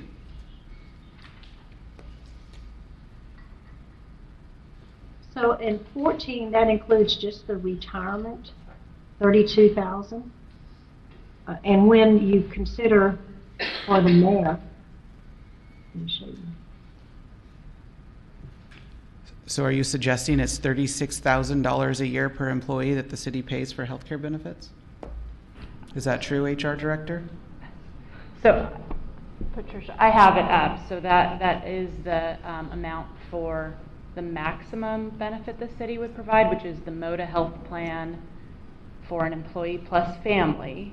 That would be what the city pays for that employee who's in MOTA electing employee plus family. How many dependents is that? What do we get for $36,000? It's more than two. More than two. It's a spouse, employee plus spouse plus children.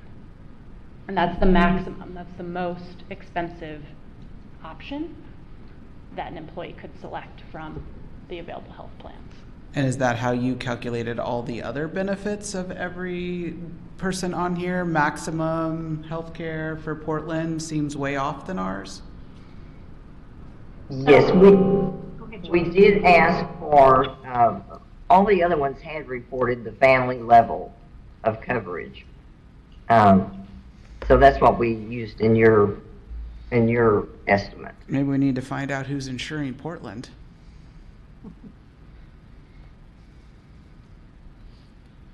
Well, if we use the Kaiser amount for Portland, for Beaverton, it would be 25,000, which is closer to what you're seeing from the other organizations. Portland was at 24, Washington County was at 28. Grisham is at, well, that doesn't really count because they're not a full time, but the other ones would be comparable with your Kaiser level. So they may have higher options of coverage with different carriers, but the one they reported is not the highest one. Yeah, we're just trying to use this information to make decisions, and it's really hard when it doesn't seem like apples to apples, even in the same category.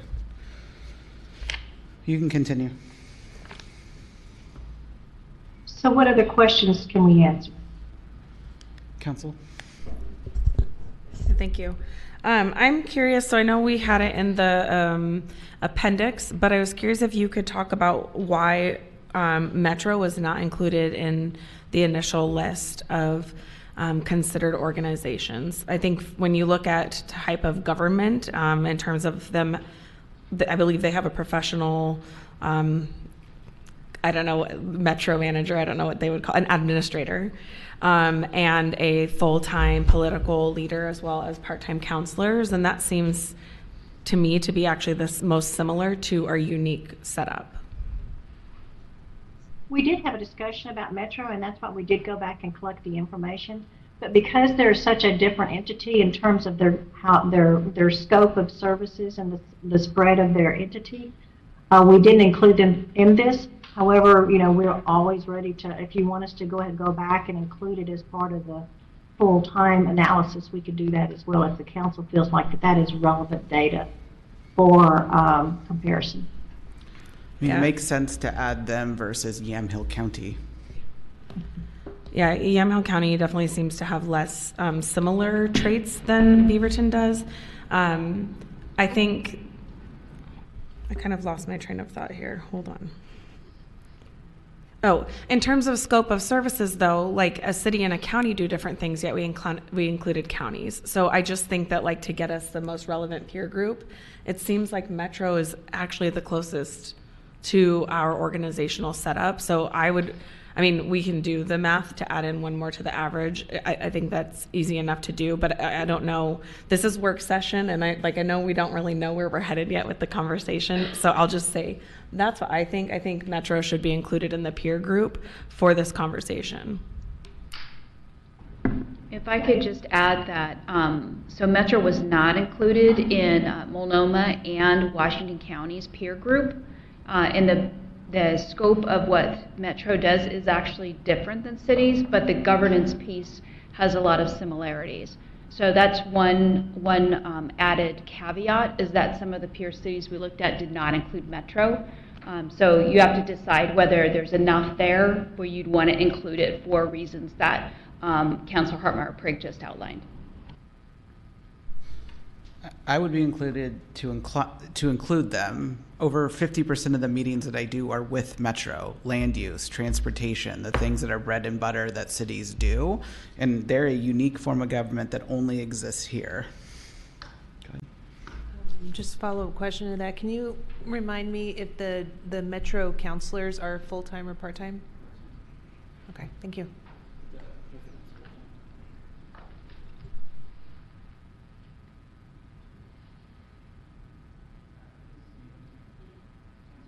Other questions? Oh, this isn't necessarily a question. I mean, it's just a comment. Like, I think this is what we're probably all grappling with, is like, we don't have like a strong way to compare, right? Like, we've got a full-time political head and then part-time counselors. And even when I look at the cities we're looking at, to your point, like the county's so big and it's just different. So I just don't feel like there's enough information here to move in like decision making. I also do believe that we're still early in this form of government to be talking about this. Like, I'd like us to kind of do another couple of years to get like our feet wet and like see how things are going, and then potentially like I'd like to see a salary commission, but like give us some of this feedback. But that's kind of where I live right now. Like, I think of where we are with our budget, where we are with our city, where we are with change. Like, I don't know that I'm keen to like move a ton on things that like I think that we need to do here. Obviously, I'm open to others. I mean, as a counselor who works probably way too many hours, like, I'd love to increase my pay, and I just don't know that like right now feels like the time. And like, I do want to continue to have that discussion in the future, but I think of where we are right now, and I think we're still in this like not infant stage, but like early stage of like getting our feet wet, even us as a council, that I'd like to like revisit this, just maybe not at this moment, but I'm flexible. Ashley? Yep. I totally understand that, and I think like it feels really uncomfortable because as we all had to declare our potential conflict of interest, right? Like, it's a really awkward and weird conversation. I think for me, when I went back, I think when we first started this conversation, and I rewatched the conversation that council had, and it was after it was clear that the charter had changed, but it wasn't, we didn't know who the mayor was going to be yet. And the council at the time made a completely uninformed decision. Like, if you watch it, someone was like, well, we could have a corrupt mayor and they shouldn't be rewarded for that. And so I think it should be $50,000. Like, there was this really just like all over feeling. So I feel I judge that we at least have some more information to be making a decision on, and I definitely see a discrepancy when we look at the peer group to what our compensation is here. And I do think that like my values as an elected official and as a city councilor and as a voter is that we should pay our elected officials to serve, because that's what allows and creates the true diversity and representation of the city or whatever elected body to exist. And I think that, in this case, we're 6 full-time working people who have a part-time city council job. I'm grateful that we have a full-time mayor every day because of all the things that our mayor has to do during the daytime that I cannot do because of my other job. And so for me, I think when I look at what are my values and who I want to be able to represent Beaverton in the future, I want to make the mayor's pay, especially since it's a full-time role, something that someone can like live and thrive in Beaverton with that salary. And I just think that it was chosen at like on a whim and out of like weird personal vendettas back when it was set in 2020.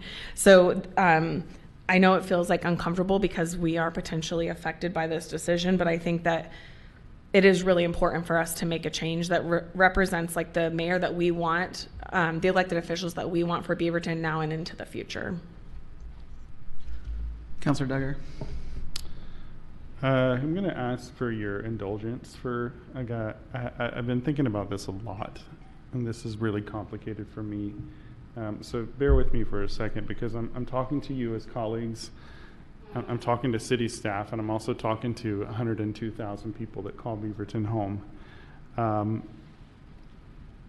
But I also think about this through the lens, I have a day job, most of us do, maybe all of us do, and I'm hiring 3 positions, right, for that day job. And the process outside of government, right, is that you look at the market, you look at what people are doing, you look at the cost of labor, and then you set the rate. It feels incredibly awkward. For me, you've heard from my colleagues, I want to acknowledge that, like how awkward this conversation is. I asked the mayor the other day, I was like, please, can we have a meeting once? Like, we need a break. Can we please have a meeting that's not really deep? Can we talk about potholes or something, right? We've had a lot of deep meetings lately, and this is not easy. I have been struggling with this. I've talked to a lot of people. I don't like talking about my compensation because that also signals my worth and my value and the value that I create for this community. So I started thinking about this in terms of not of me, but of my replacement on this council, right? Because that's what we're really talking about here. The folks who will serve our city in the role of mayor and in the role of councilor over the next decade, right? The compensation may affect some of us, maybe not of us at all. It depends on if we certainly decide to run for re-election or win re-election, right? So my replacement, she may not realize a couple things, right? In addition to the meetings that all of you see on Tuesday nights, right? Which, by the way, usually takes 3 to 6 hours of prep every Sunday for me. She may not realize we get briefings from staff regularly, that we have one-on-ones with leadership, that we have multiple city events, often in the evening, often on the weekend. We have to travel to things like the League of Cities, invitations for community events. I do more ribbon cuttings. I love them. It's part of why I do this. I'm looking at you, Alicia, out there. I also think about it in terms of, well, let me just talk about myself, right? I think about it in terms of I don't get to clock out.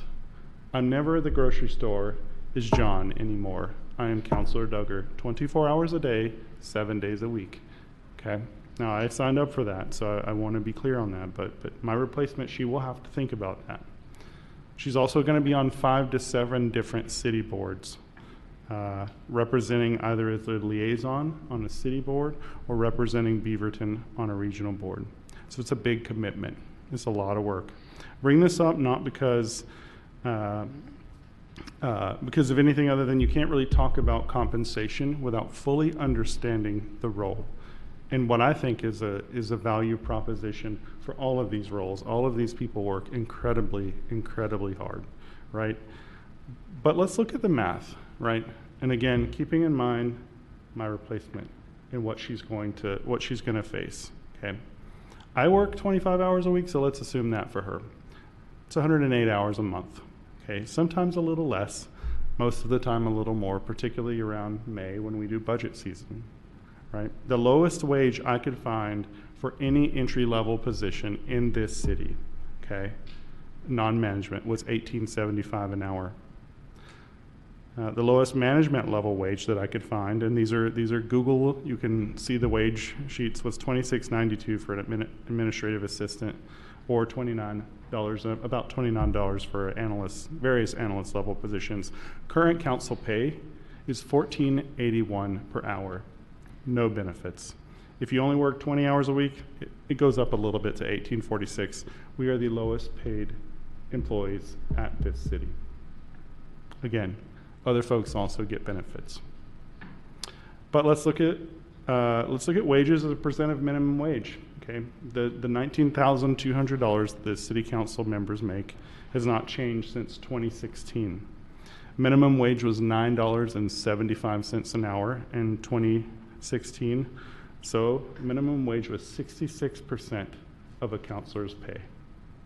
Fast forward, within the 3 counties of the Portland metro area this year, the minimum wage is $15.45. Again, this council makes $14.81 an hour. So we are now, minimum wage is now 104% of Beaverton City Council pay. If COLA would have been placed in 2016, the salary today would be approximately $25,000. I think about that in terms of my replacement.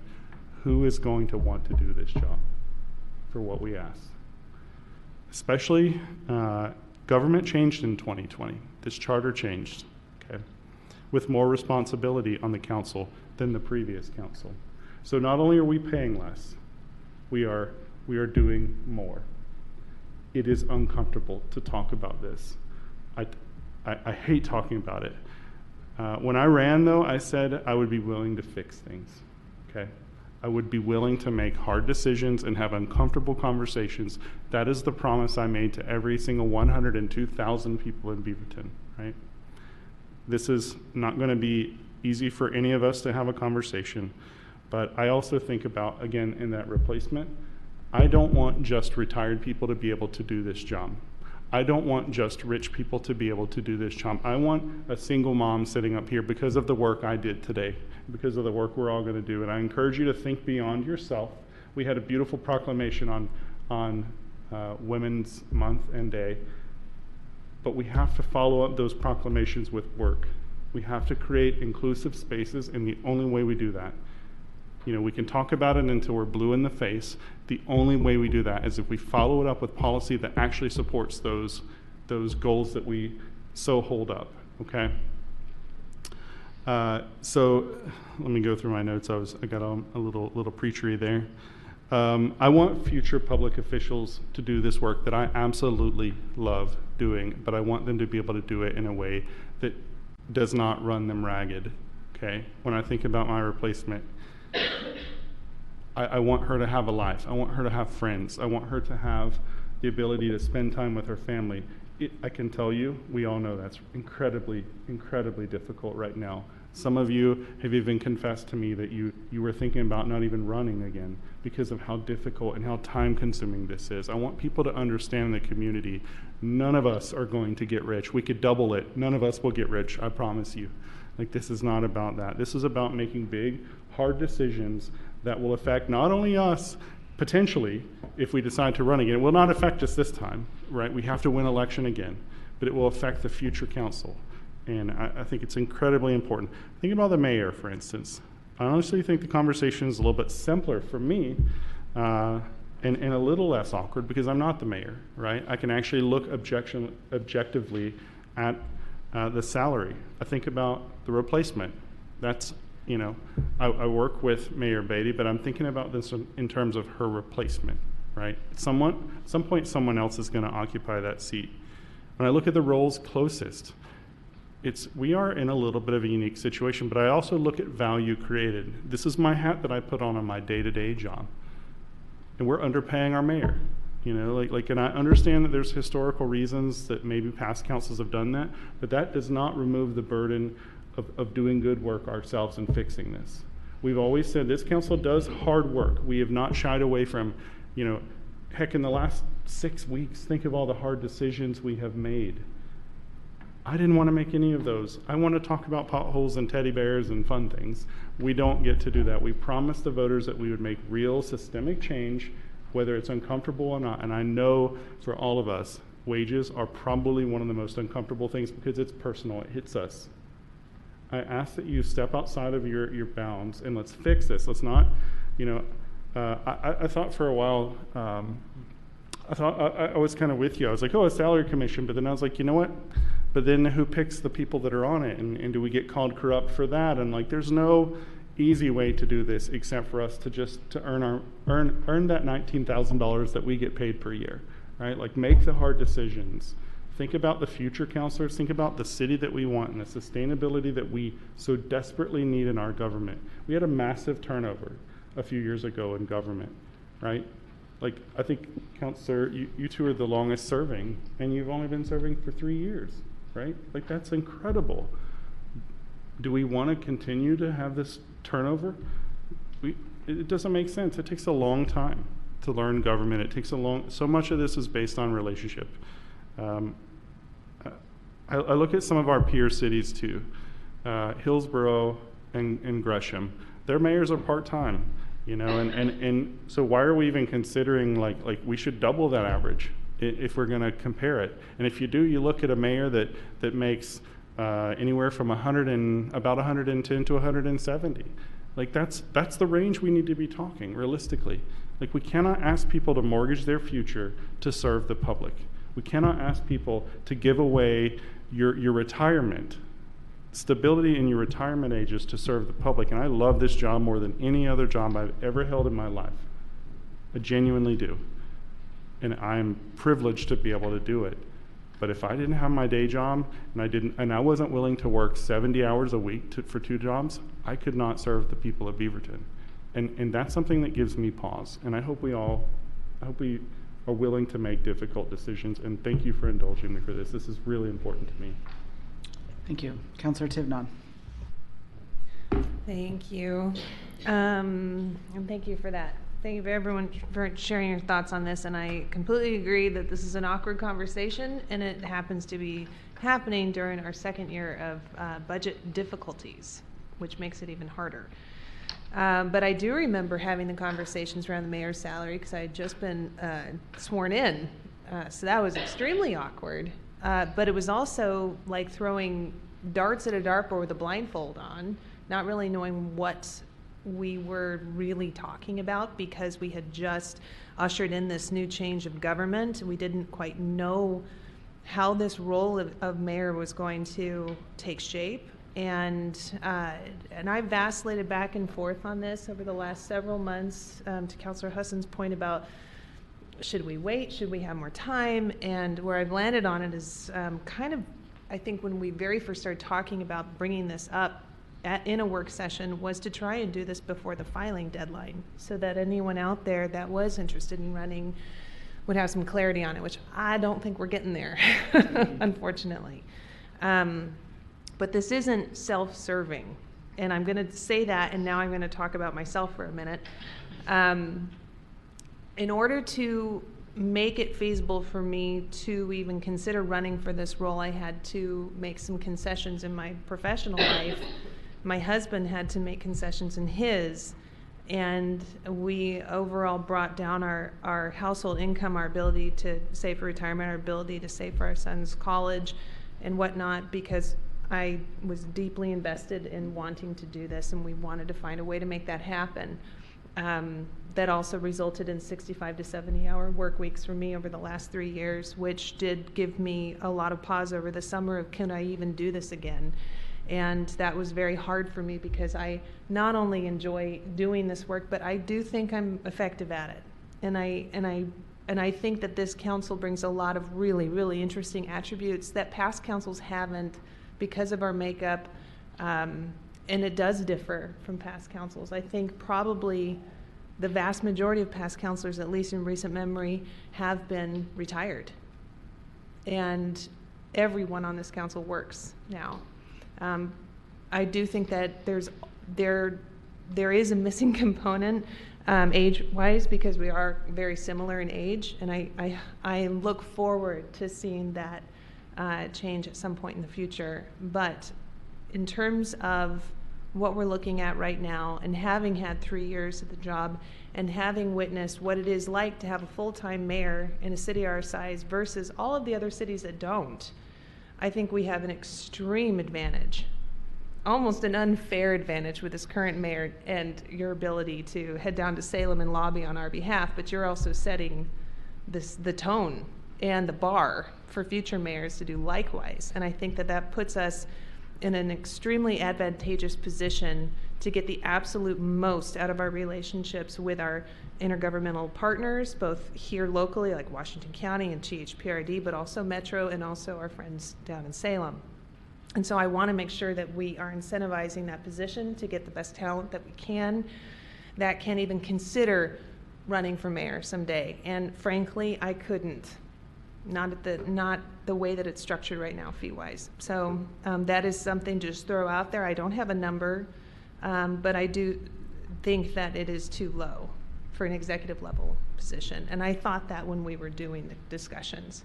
And I wasn't comfortable with where it got set, but I was also a newbie and my voice wasn't as loud as it is now.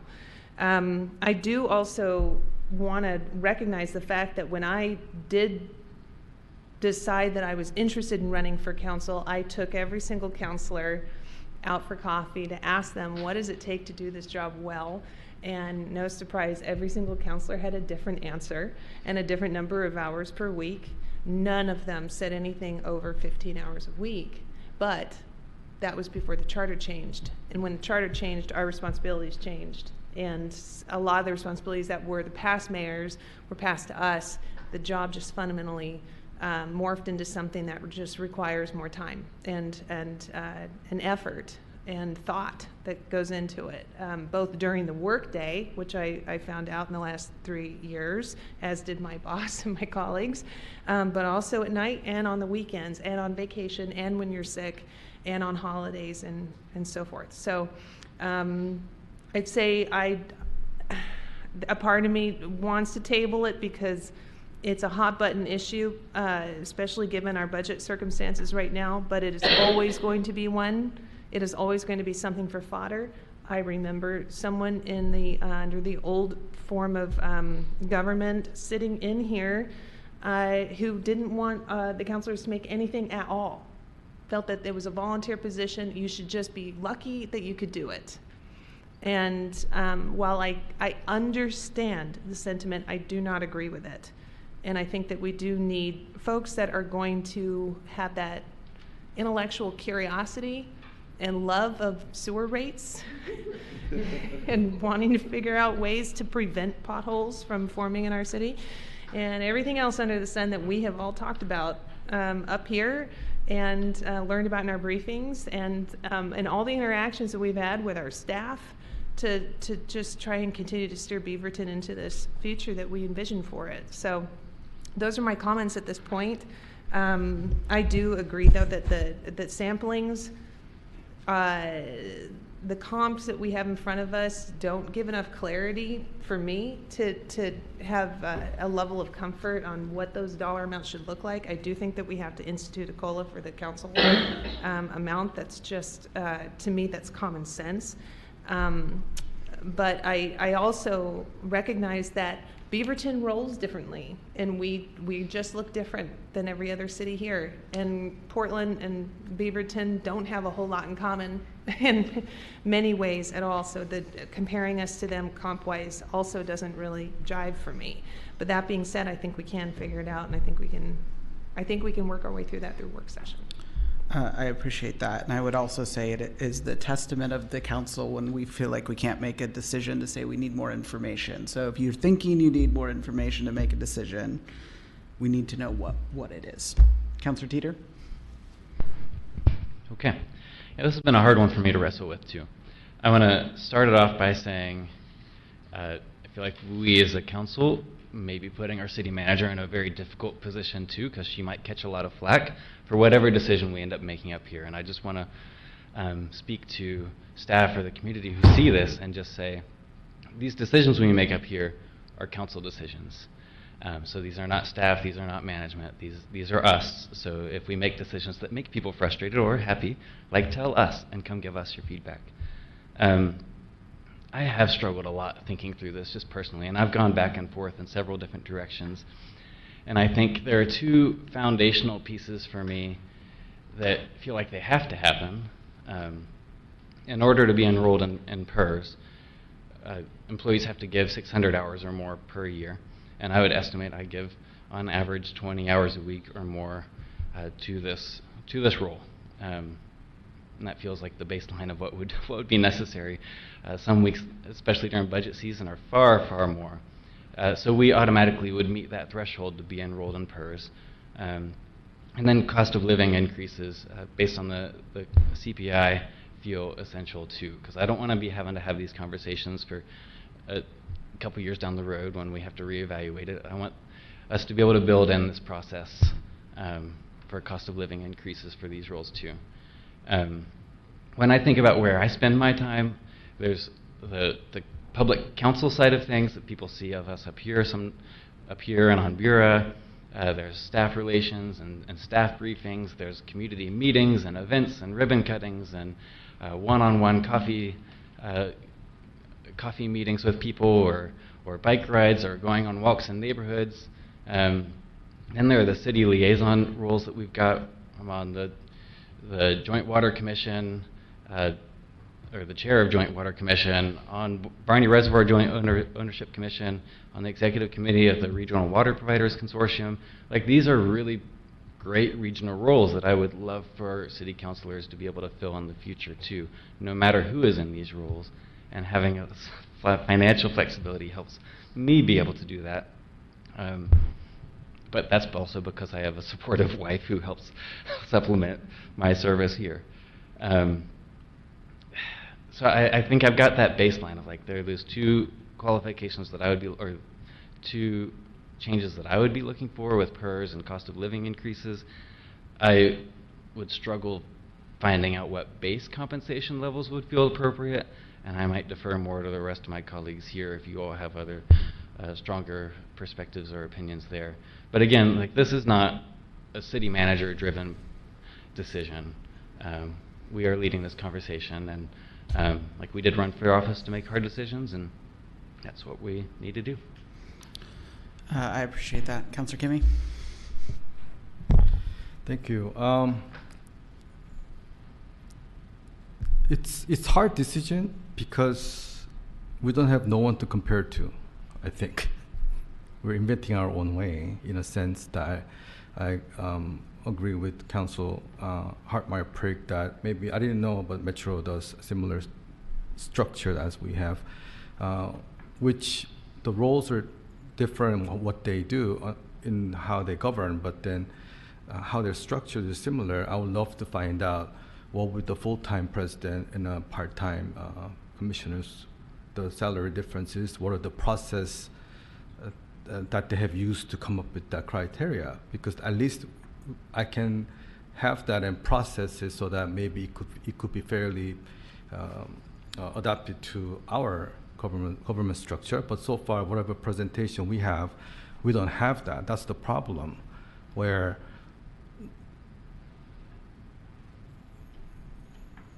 I feel for the mayor because she has a full-time role, but I also agree with Councilor Tiffin on that. Well, executive position, whatever mayor gets paid is woefully underpaid of what she's asked to do. But we have no reference to come up with a number, in a sense. So, and she's fulfilling her role, new role that she kind of has to, you kind of have to invent and do the work, which is not even laid out by job description. Mayor's job description and councilor's job description, according to the charter, is pretty similar in a way. So I had a struggle to where, how can you calculate the number, what's fair for base pay, what's fair for the salary? How can you even define the part-time versus full-time? Because it doesn't really lay it out. And if it's full-time, it doesn't even say, okay, what constitutes full-time, what as a mayor we expect you to do, right? because then you can just do whatever you want to. So that's the struggle I have to even process it. When you look at the entire state of Oregon, we are the only one, except Portland, that has full-time mayor and part-time councilors, right? And I looked at it where if there's, except Metro, that I found out, every time you have a full-time decision makers, you have full-time president or chair and full-time commissioners, or you have a part-time mayor and part-time councilors. So either everybody's part-time or everybody's full-time. That makes it so simple and easy that we don't have to struggle. So, but we are given a situation that what we have right now. And with lack of data, I just cannot come up with any decision that could be fair for everyone. So I don't know how we're going to go forward.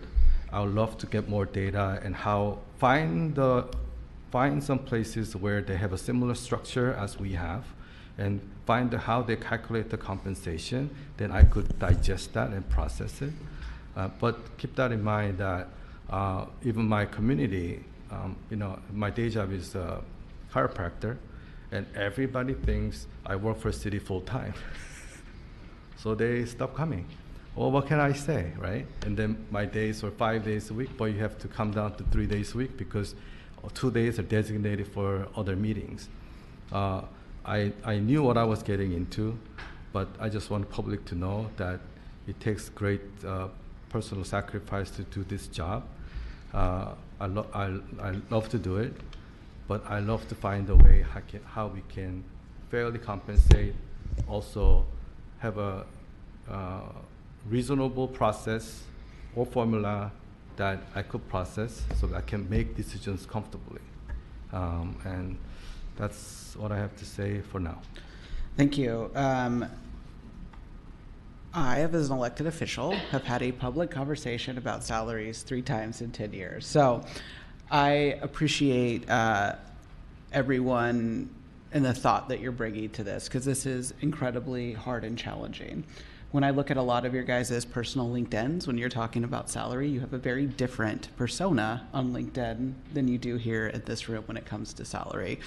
I think a lot about who's not here. When I first joined the city council, I was the only working person. And I worked in an executive day job in healthcare, and I had to go down to 0.8 to keep up with the role because the demands on the council were really high. And as someone that worked in the last form of government to this form of government, while the scope is slightly different, the responsibility and hours are not so much. The past council had the oversight responsibility of the mayor. You don't have the oversight responsibility of the mayor because I'm part of your team. And so while I understand the need for a job description, it's not the council's job to hold each other accountable, it's the voters. And I would not want to wrap up this work in a job description because that's going to lead, whoever the next mayor is not going to have the freedom to do the job that they want. And you have to go out every 4 years. Just today, the city manager texted me a joke that someone mailed her a piece of mail that said Mayor Hariyama, and she said absolutely no way. And I said, don't you want to switch? You only have to convince 100,000 people every 4 years that you're going to do this job. So unlike our city staff, we have to go out with a vision, we have to cast it to the community, you have to get buy-in, and you have to get votes. Believe it or not, the last 2 elections on our ballot were actually about compensation. The person that ran against me said the mayor shouldn't be paid. The person that ran against Ashley Hartmeyer-Prigg said the council shouldn't be paid. Both times, the community overwhelmingly disagreed with that at the polls. No one, I think, in our community believes that people should do meaningful work without being compensated. This is hard because I'm in the middle of this conversation, just like I was in the middle of it last time as I decided to run for mayor and we were making this decision. When you go back and review that tape, the council made a commitment to review the salary in 2 years. We're into year 3.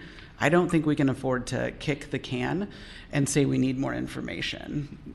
It's not that we don't know how this form of government works. We're working in it for 3 years. Nothing's going to fundamentally change. The next mayor could come in and say they want to be part-time, but that's not what the charter says. The charter says the mayor is full-time. And I will tell you this from my bottom of my heart, you could pick up my phone and call any mayor in this state and ask them if they work full-time. Every single mayor in the state works full-time. It's whether or not they're compensated to do it. When I look at my peer group of mayors, they do not look like this council. They are mostly retired, and they are mostly older and wealthy. And that's not necessary, and that might be Beaverton's future. I wouldn't want to disqualify someone from serving, but if you want someone that looks like Beaverton, we need to do the hard work here today. You guys have spent a lot of time talking about my salary. I want to spend a couple minutes talking about the council salary. I'm the one that ran it to get it to $1,600 because it was $1,200, and I thought they were grossly underpaid then. I've had to pay for childcare 4 nights in the last 6 days just to come here and do this job. That's totally normal. When I had to do it as a counselor too, that $1,600 a month gets really eaten away with responsibilities and all the coffees you're having and meeting with people. I think Councilor Duggar laid it out really well with what we're expected to do and how much you guys get paid. I think the council should be paid significantly more, $2,500 to $3,000 a month. We have a document we created that said this job is 20 plus hours a week. During budget, it is much more. And I think about our totality in the budget, and it is much harder for us, even though the document had how many square miles we have in form of government and less budget. This job is immensely harder with special districts. The amount of elected officials that we all are expected to maintain relationships with redistricting, with 2 congressional people, you have to have a working relationship with all of those people. It does not make it easier that we're 1,800 square miles or whatever it is. We're very dense here, even though our population is similar. This work is hard. We expect a lot of our council, a lot of meetings. What you're doing, you have to spend time in prep. So while I recognize that we might not have a perfect apples to apples comparison, it sounds like most of us agree that the mayor and the council are underpaid. Then the comps are far from perfect. We have a unique structure, so we may not get comparable apples to apples. And I think that would be just like, is there a magic city of 100,000 people that have a full-time mayor and part-time council in this country so we can know exactly what they did, and we might not like their methodology, and it might not make sense because it costs a living. We do have a consultant report in front of us. It's not perfect, but it's enough to enable us to take a step forward. We can crunch the numbers again, including Metro, doubling those part-time salaries, and then coming up with an average for options. So I think that could be, we have some policy conversations in front of us. I think that might be a meaningful way for us to go. What I heard is we have a majority of council that wants to move that way. Are you coming back in, Councilor Hassan? No, it's fine. Is there anyone that wants to move or make it, how do we want to handle tonight? Go ahead. Okay. Yeah, I think like I've been doing all this math, and math isn't my strength, so you probably don't really want that, but I do know how to figure out an average. I think that the reason why I've shied from talking about council compensation is that when I do look at the peer group, there's not nearly the disparate difference.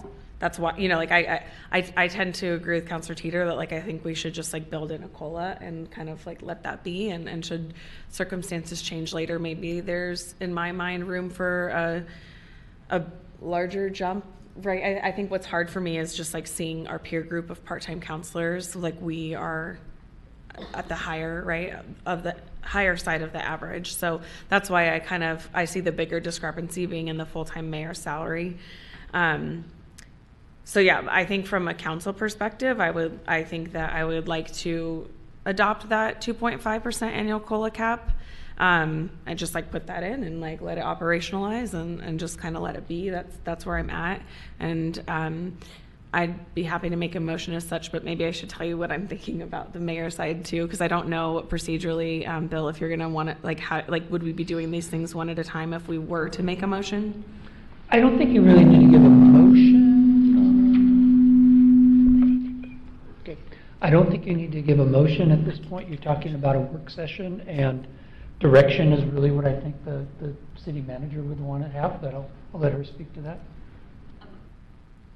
Just a quick point of clarification. So you had mentioned about the 2.5 annual COLA cap. So the language in here is actually listed of what is in the mayor's resolution. So the question before you is whether you want to move to a universal type of approach where the methodology is applied to all of you equally, which would be using a CPIW with a cap of 5%, which actually mirrors the methodology that is in your labor contracts right now.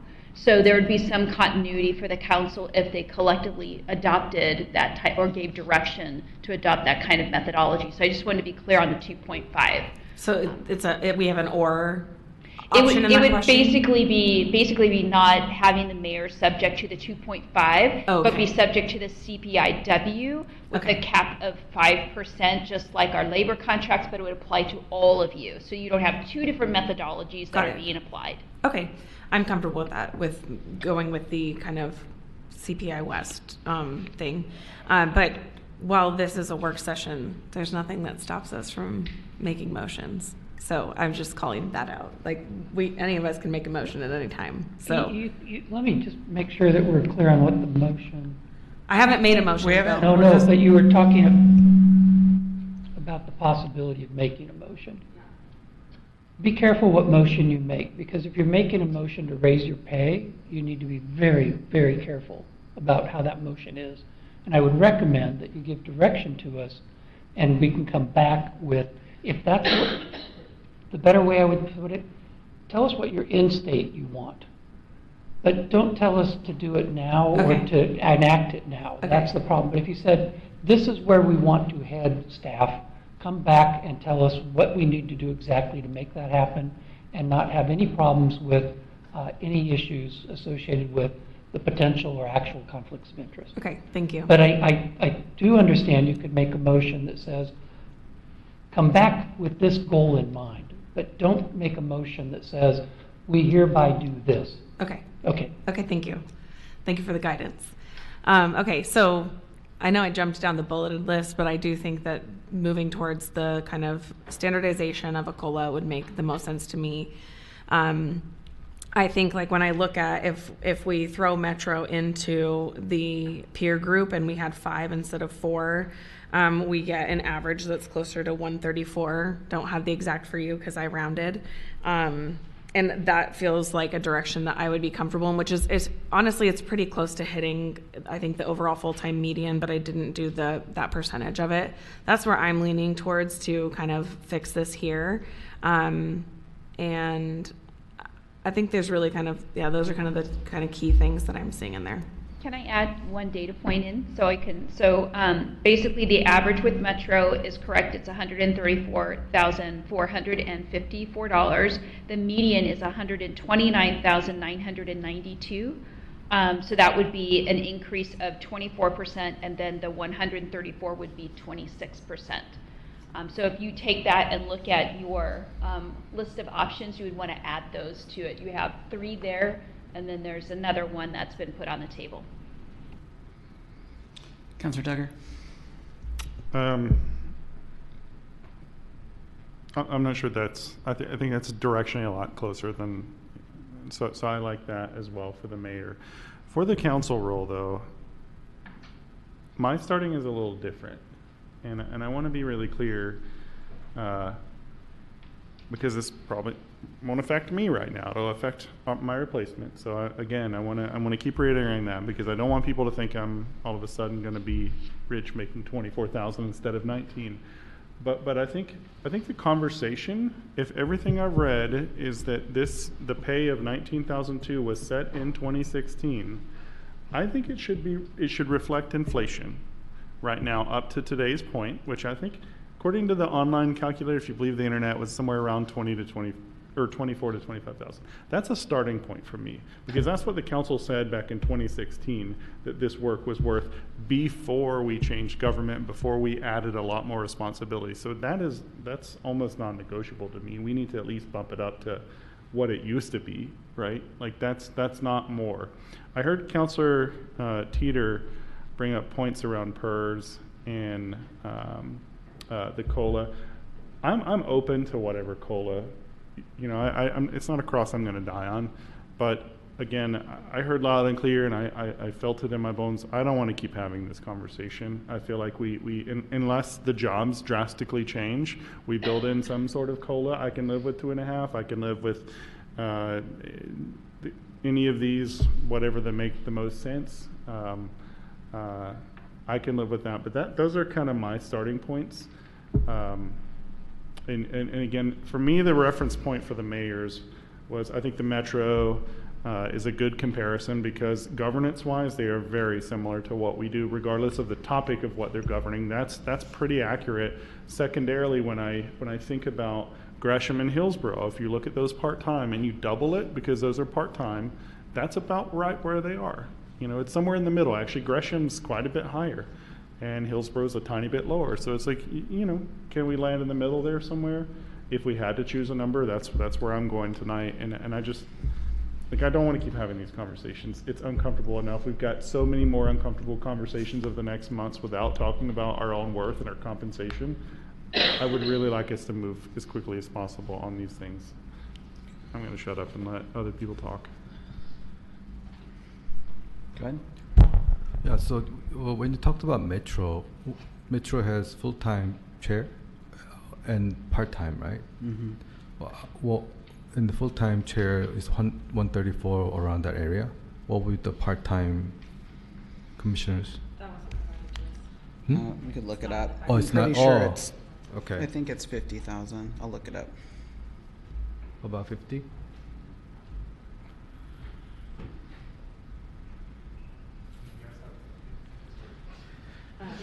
It's page 27 has the Metro full-time, but it doesn't have Councilors, right? Yeah. So that's why if I want to do this, I want to do this right in a sense that I need time to see, right? If the Metro, that's why I wanted to see Metro, how they calculate, how they come up with the number. If we have a full-time person making $130 some and part-time 50,000, right? I want to see how they process it.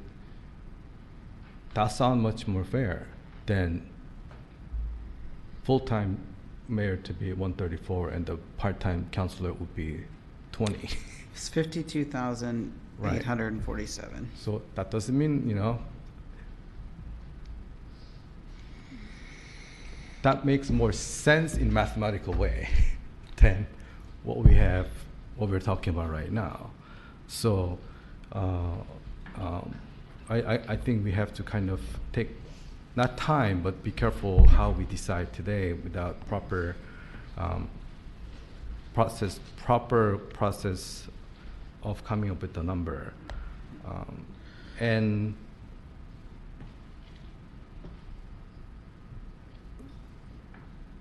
my other question is, if let's say we decided on COLA and somebody comes in next election and we have high there, right? And that's okay. It's okay. Okay, look, we got to try to move in a direction. Yeah, the yeah. other considerations that we have before us is our charter says you have to stand for election. So we don't have infinite amount of time to make this decision. Right. We have till May. Yeah. And so I hear what everyone's saying, and I'll ask again, we know how much Metro makes on both ends. We know what our value is. Do we have an agreement to move forward in some direction tonight? Councillor Tivnon. I'm going to go down the list of these here. Mm-hmm. Yes, I want to adjust the current base pay for the mayor. I do agree that the equating it with the median makes sense. And as far as, let's see here, alternative base pay adjustments, no, I don't think so. Now that we have the Metro data, doing the consumer price index for the Western United States, I believe that's what it is, Mm-hmm. right? Makes sense for both of us. I'd like to see consistency there, and to the city manager's point, consistency with other wage negotiations with the city.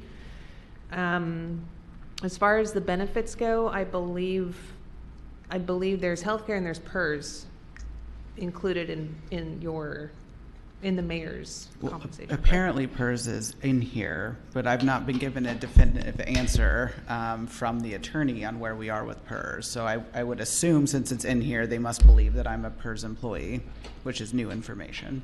Okay, because I do think that that is something that should be incorporated as well. I would also say, like, I don't have any of the other benefits, right? You watched me give birth and come to work. I would ask you guys to consider putting, for not just me, but the future mayor, into the same benefit package as our full-time employees. I think when we went in and did that, it was very illegal.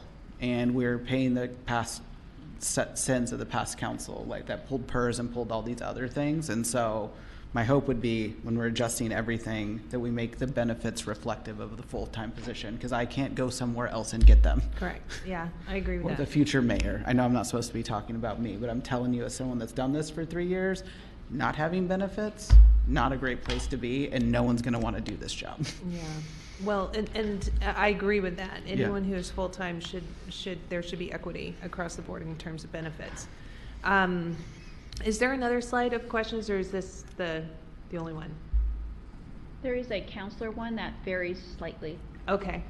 To your point, I completely agree that the council stipend as it was set back in 2019, 2016, should be adjusted for cost of living increases over that period of time to date, with the COLA going forward however that ends up. Just even taking into account inflation in the last 2 years, I can't even imagine what that would look like in terms of what a dollar actually is from 2016 to now for that. But I will hold any other observations once we get to that slide. Councillor Hesson? Yeah, so I've been trying to go back in my head about a couple things. So just in terms of the mayor's question, like what could help get closer to decision for me is obviously finding those other places that might have part-time, full-time, if that was possible. So just putting that out there. Well, I also put out there that they studied it. It's not out there. I said it a bit tongue-to-cheek because we're the only one. Did we look outside of Oregon, I guess would be my just question or comment. No, we did not. Okay, so I'll just put it out there. I understand kind of everyone's perspective. I'm just going to put my HR hat on for a minute. I understand that we're all elected. Generally speaking, when you identify comp and classification for people, there is some sort of a job description. I don't underestimate that the mayor is probably underpaid. I don't underestimate that we are also probably underpaid. Just like in my HR brain, having some sort of like, here's kind of what the role looks like, here's what the mayor is doing, here's what the councilor is doing, and then being able to look at that and then have a better sense. That's just how I work, that's how I operate, that's my HR brain. That being said, I would support most of what Councilor Tivenon says. I don't know what the adjustment is across the mayor or council pay. I do support the CPIW, and mayor, and I'm sorry that we're putting you on the spot, do you not have like I believe that the mayor role should have the benefits of city staff. I do not have the same benefits as city staff. I believe that the mayor should have the same benefits of city staff. That's all for now. Do you have an opinion on the mayor's? We heard from you on the council side, so we can give direction. Mayor definitely deserves the same benefits as full-time staff. I would definitely support that. And I think Metro could be a really good comparison. I know the Metro chair makes more than what our current mayor format makes, so I could see an increase in base compensation for mayor and council. Yeah, I'll leave it at that. So I think we do have a majority here on moving, adjusting the council salary from past to now for the CPI index, with adding it going forward.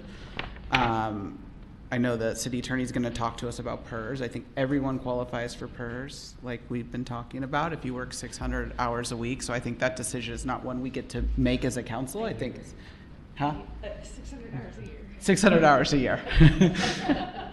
I'm not going to make you guys work what I have to work, 600 hours a week. So I think that will be a decision. I don't think that's a decision we make as a block. I think that's individual decisions, and the city attorney is going to give us a point on that. I do hear that we have the majority on moving with the median salary, including Metro. I want to clarify. So median is 129,992, and average is 134,454. So just want to make Are sure we whether moving it's with the average median or the median? average. I mean, I think the average, but I had said average when I made my comments.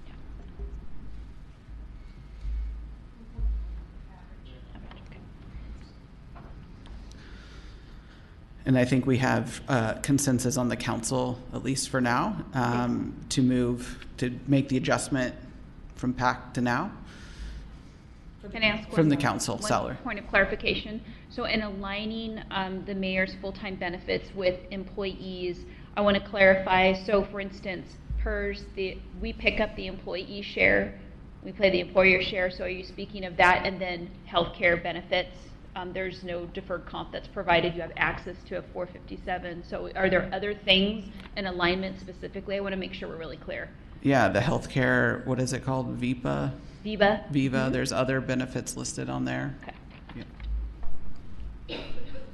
So we were talking about, the base pay, right? 134, whatever. That's correct. Can you give me a number including all the benefits for councilors and a mayor? Possibly going forward?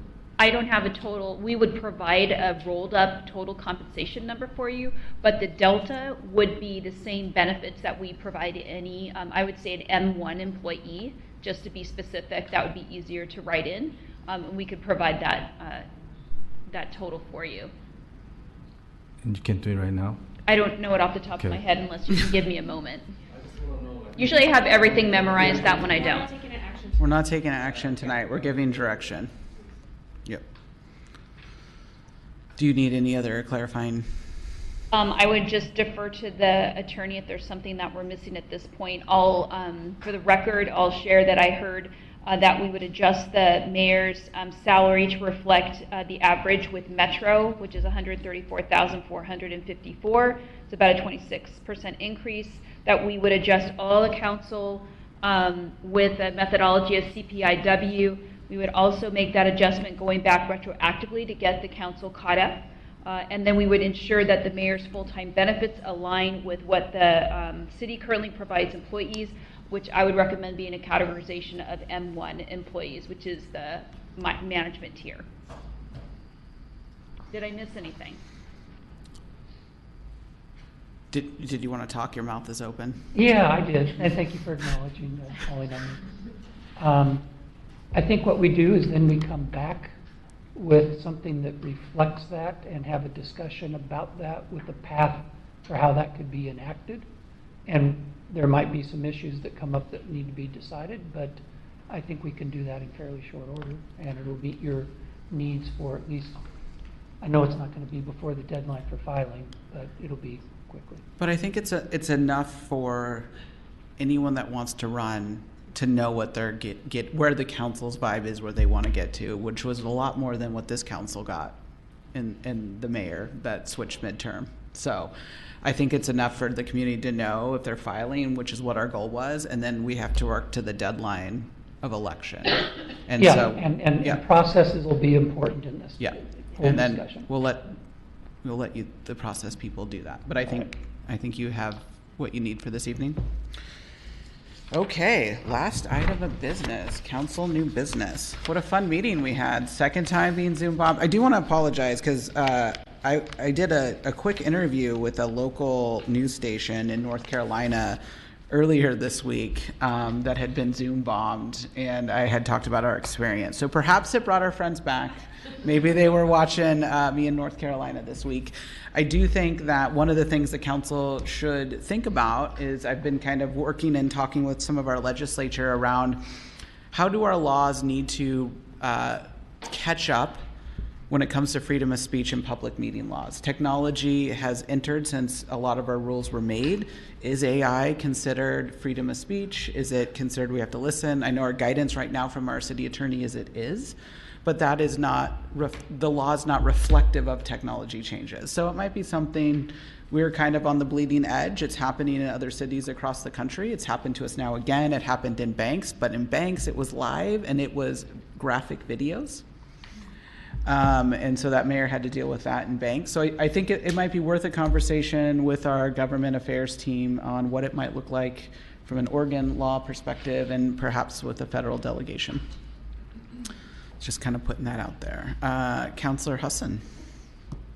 Yes, hello.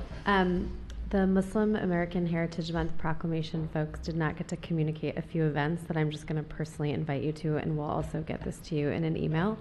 This March 9th from 10 to 4, they're doing Ramadan food boxes distribution. FYI, this proclamation is because the month of Ramadan starts this weekend, so if I look hungry, it's because I am. This Saturday, March 9th, is also the Muslim Education Trust annual fundraising and cultural night dinner. On March 16th, we will be at Jan's Books selling my book, a kid's book about being Muslim. And on March 30th, there's a toy drive for refugee and foster youth from 11 to 4. There's also an event at the International School of Business, International School of Beaverton, ISB. The Muslim Students Association is putting on a community iftar on March 15th. So you'll get this information via email, but they were supposed to share it. And there's lots of other stuff going on, but be nice to your Muslims. They're hungry and tired. Thank you.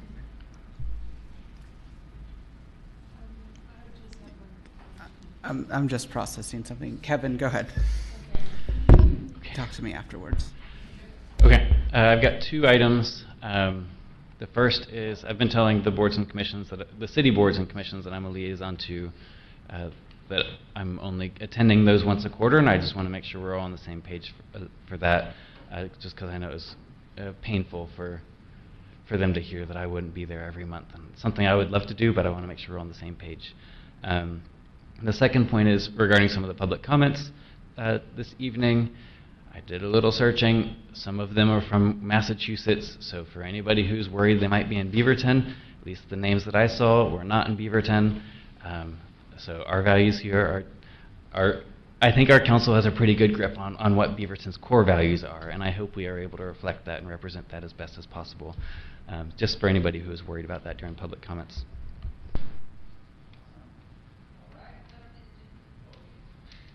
Sorry. I just want to give a shout out to everyone who helped plan the State of the City last night.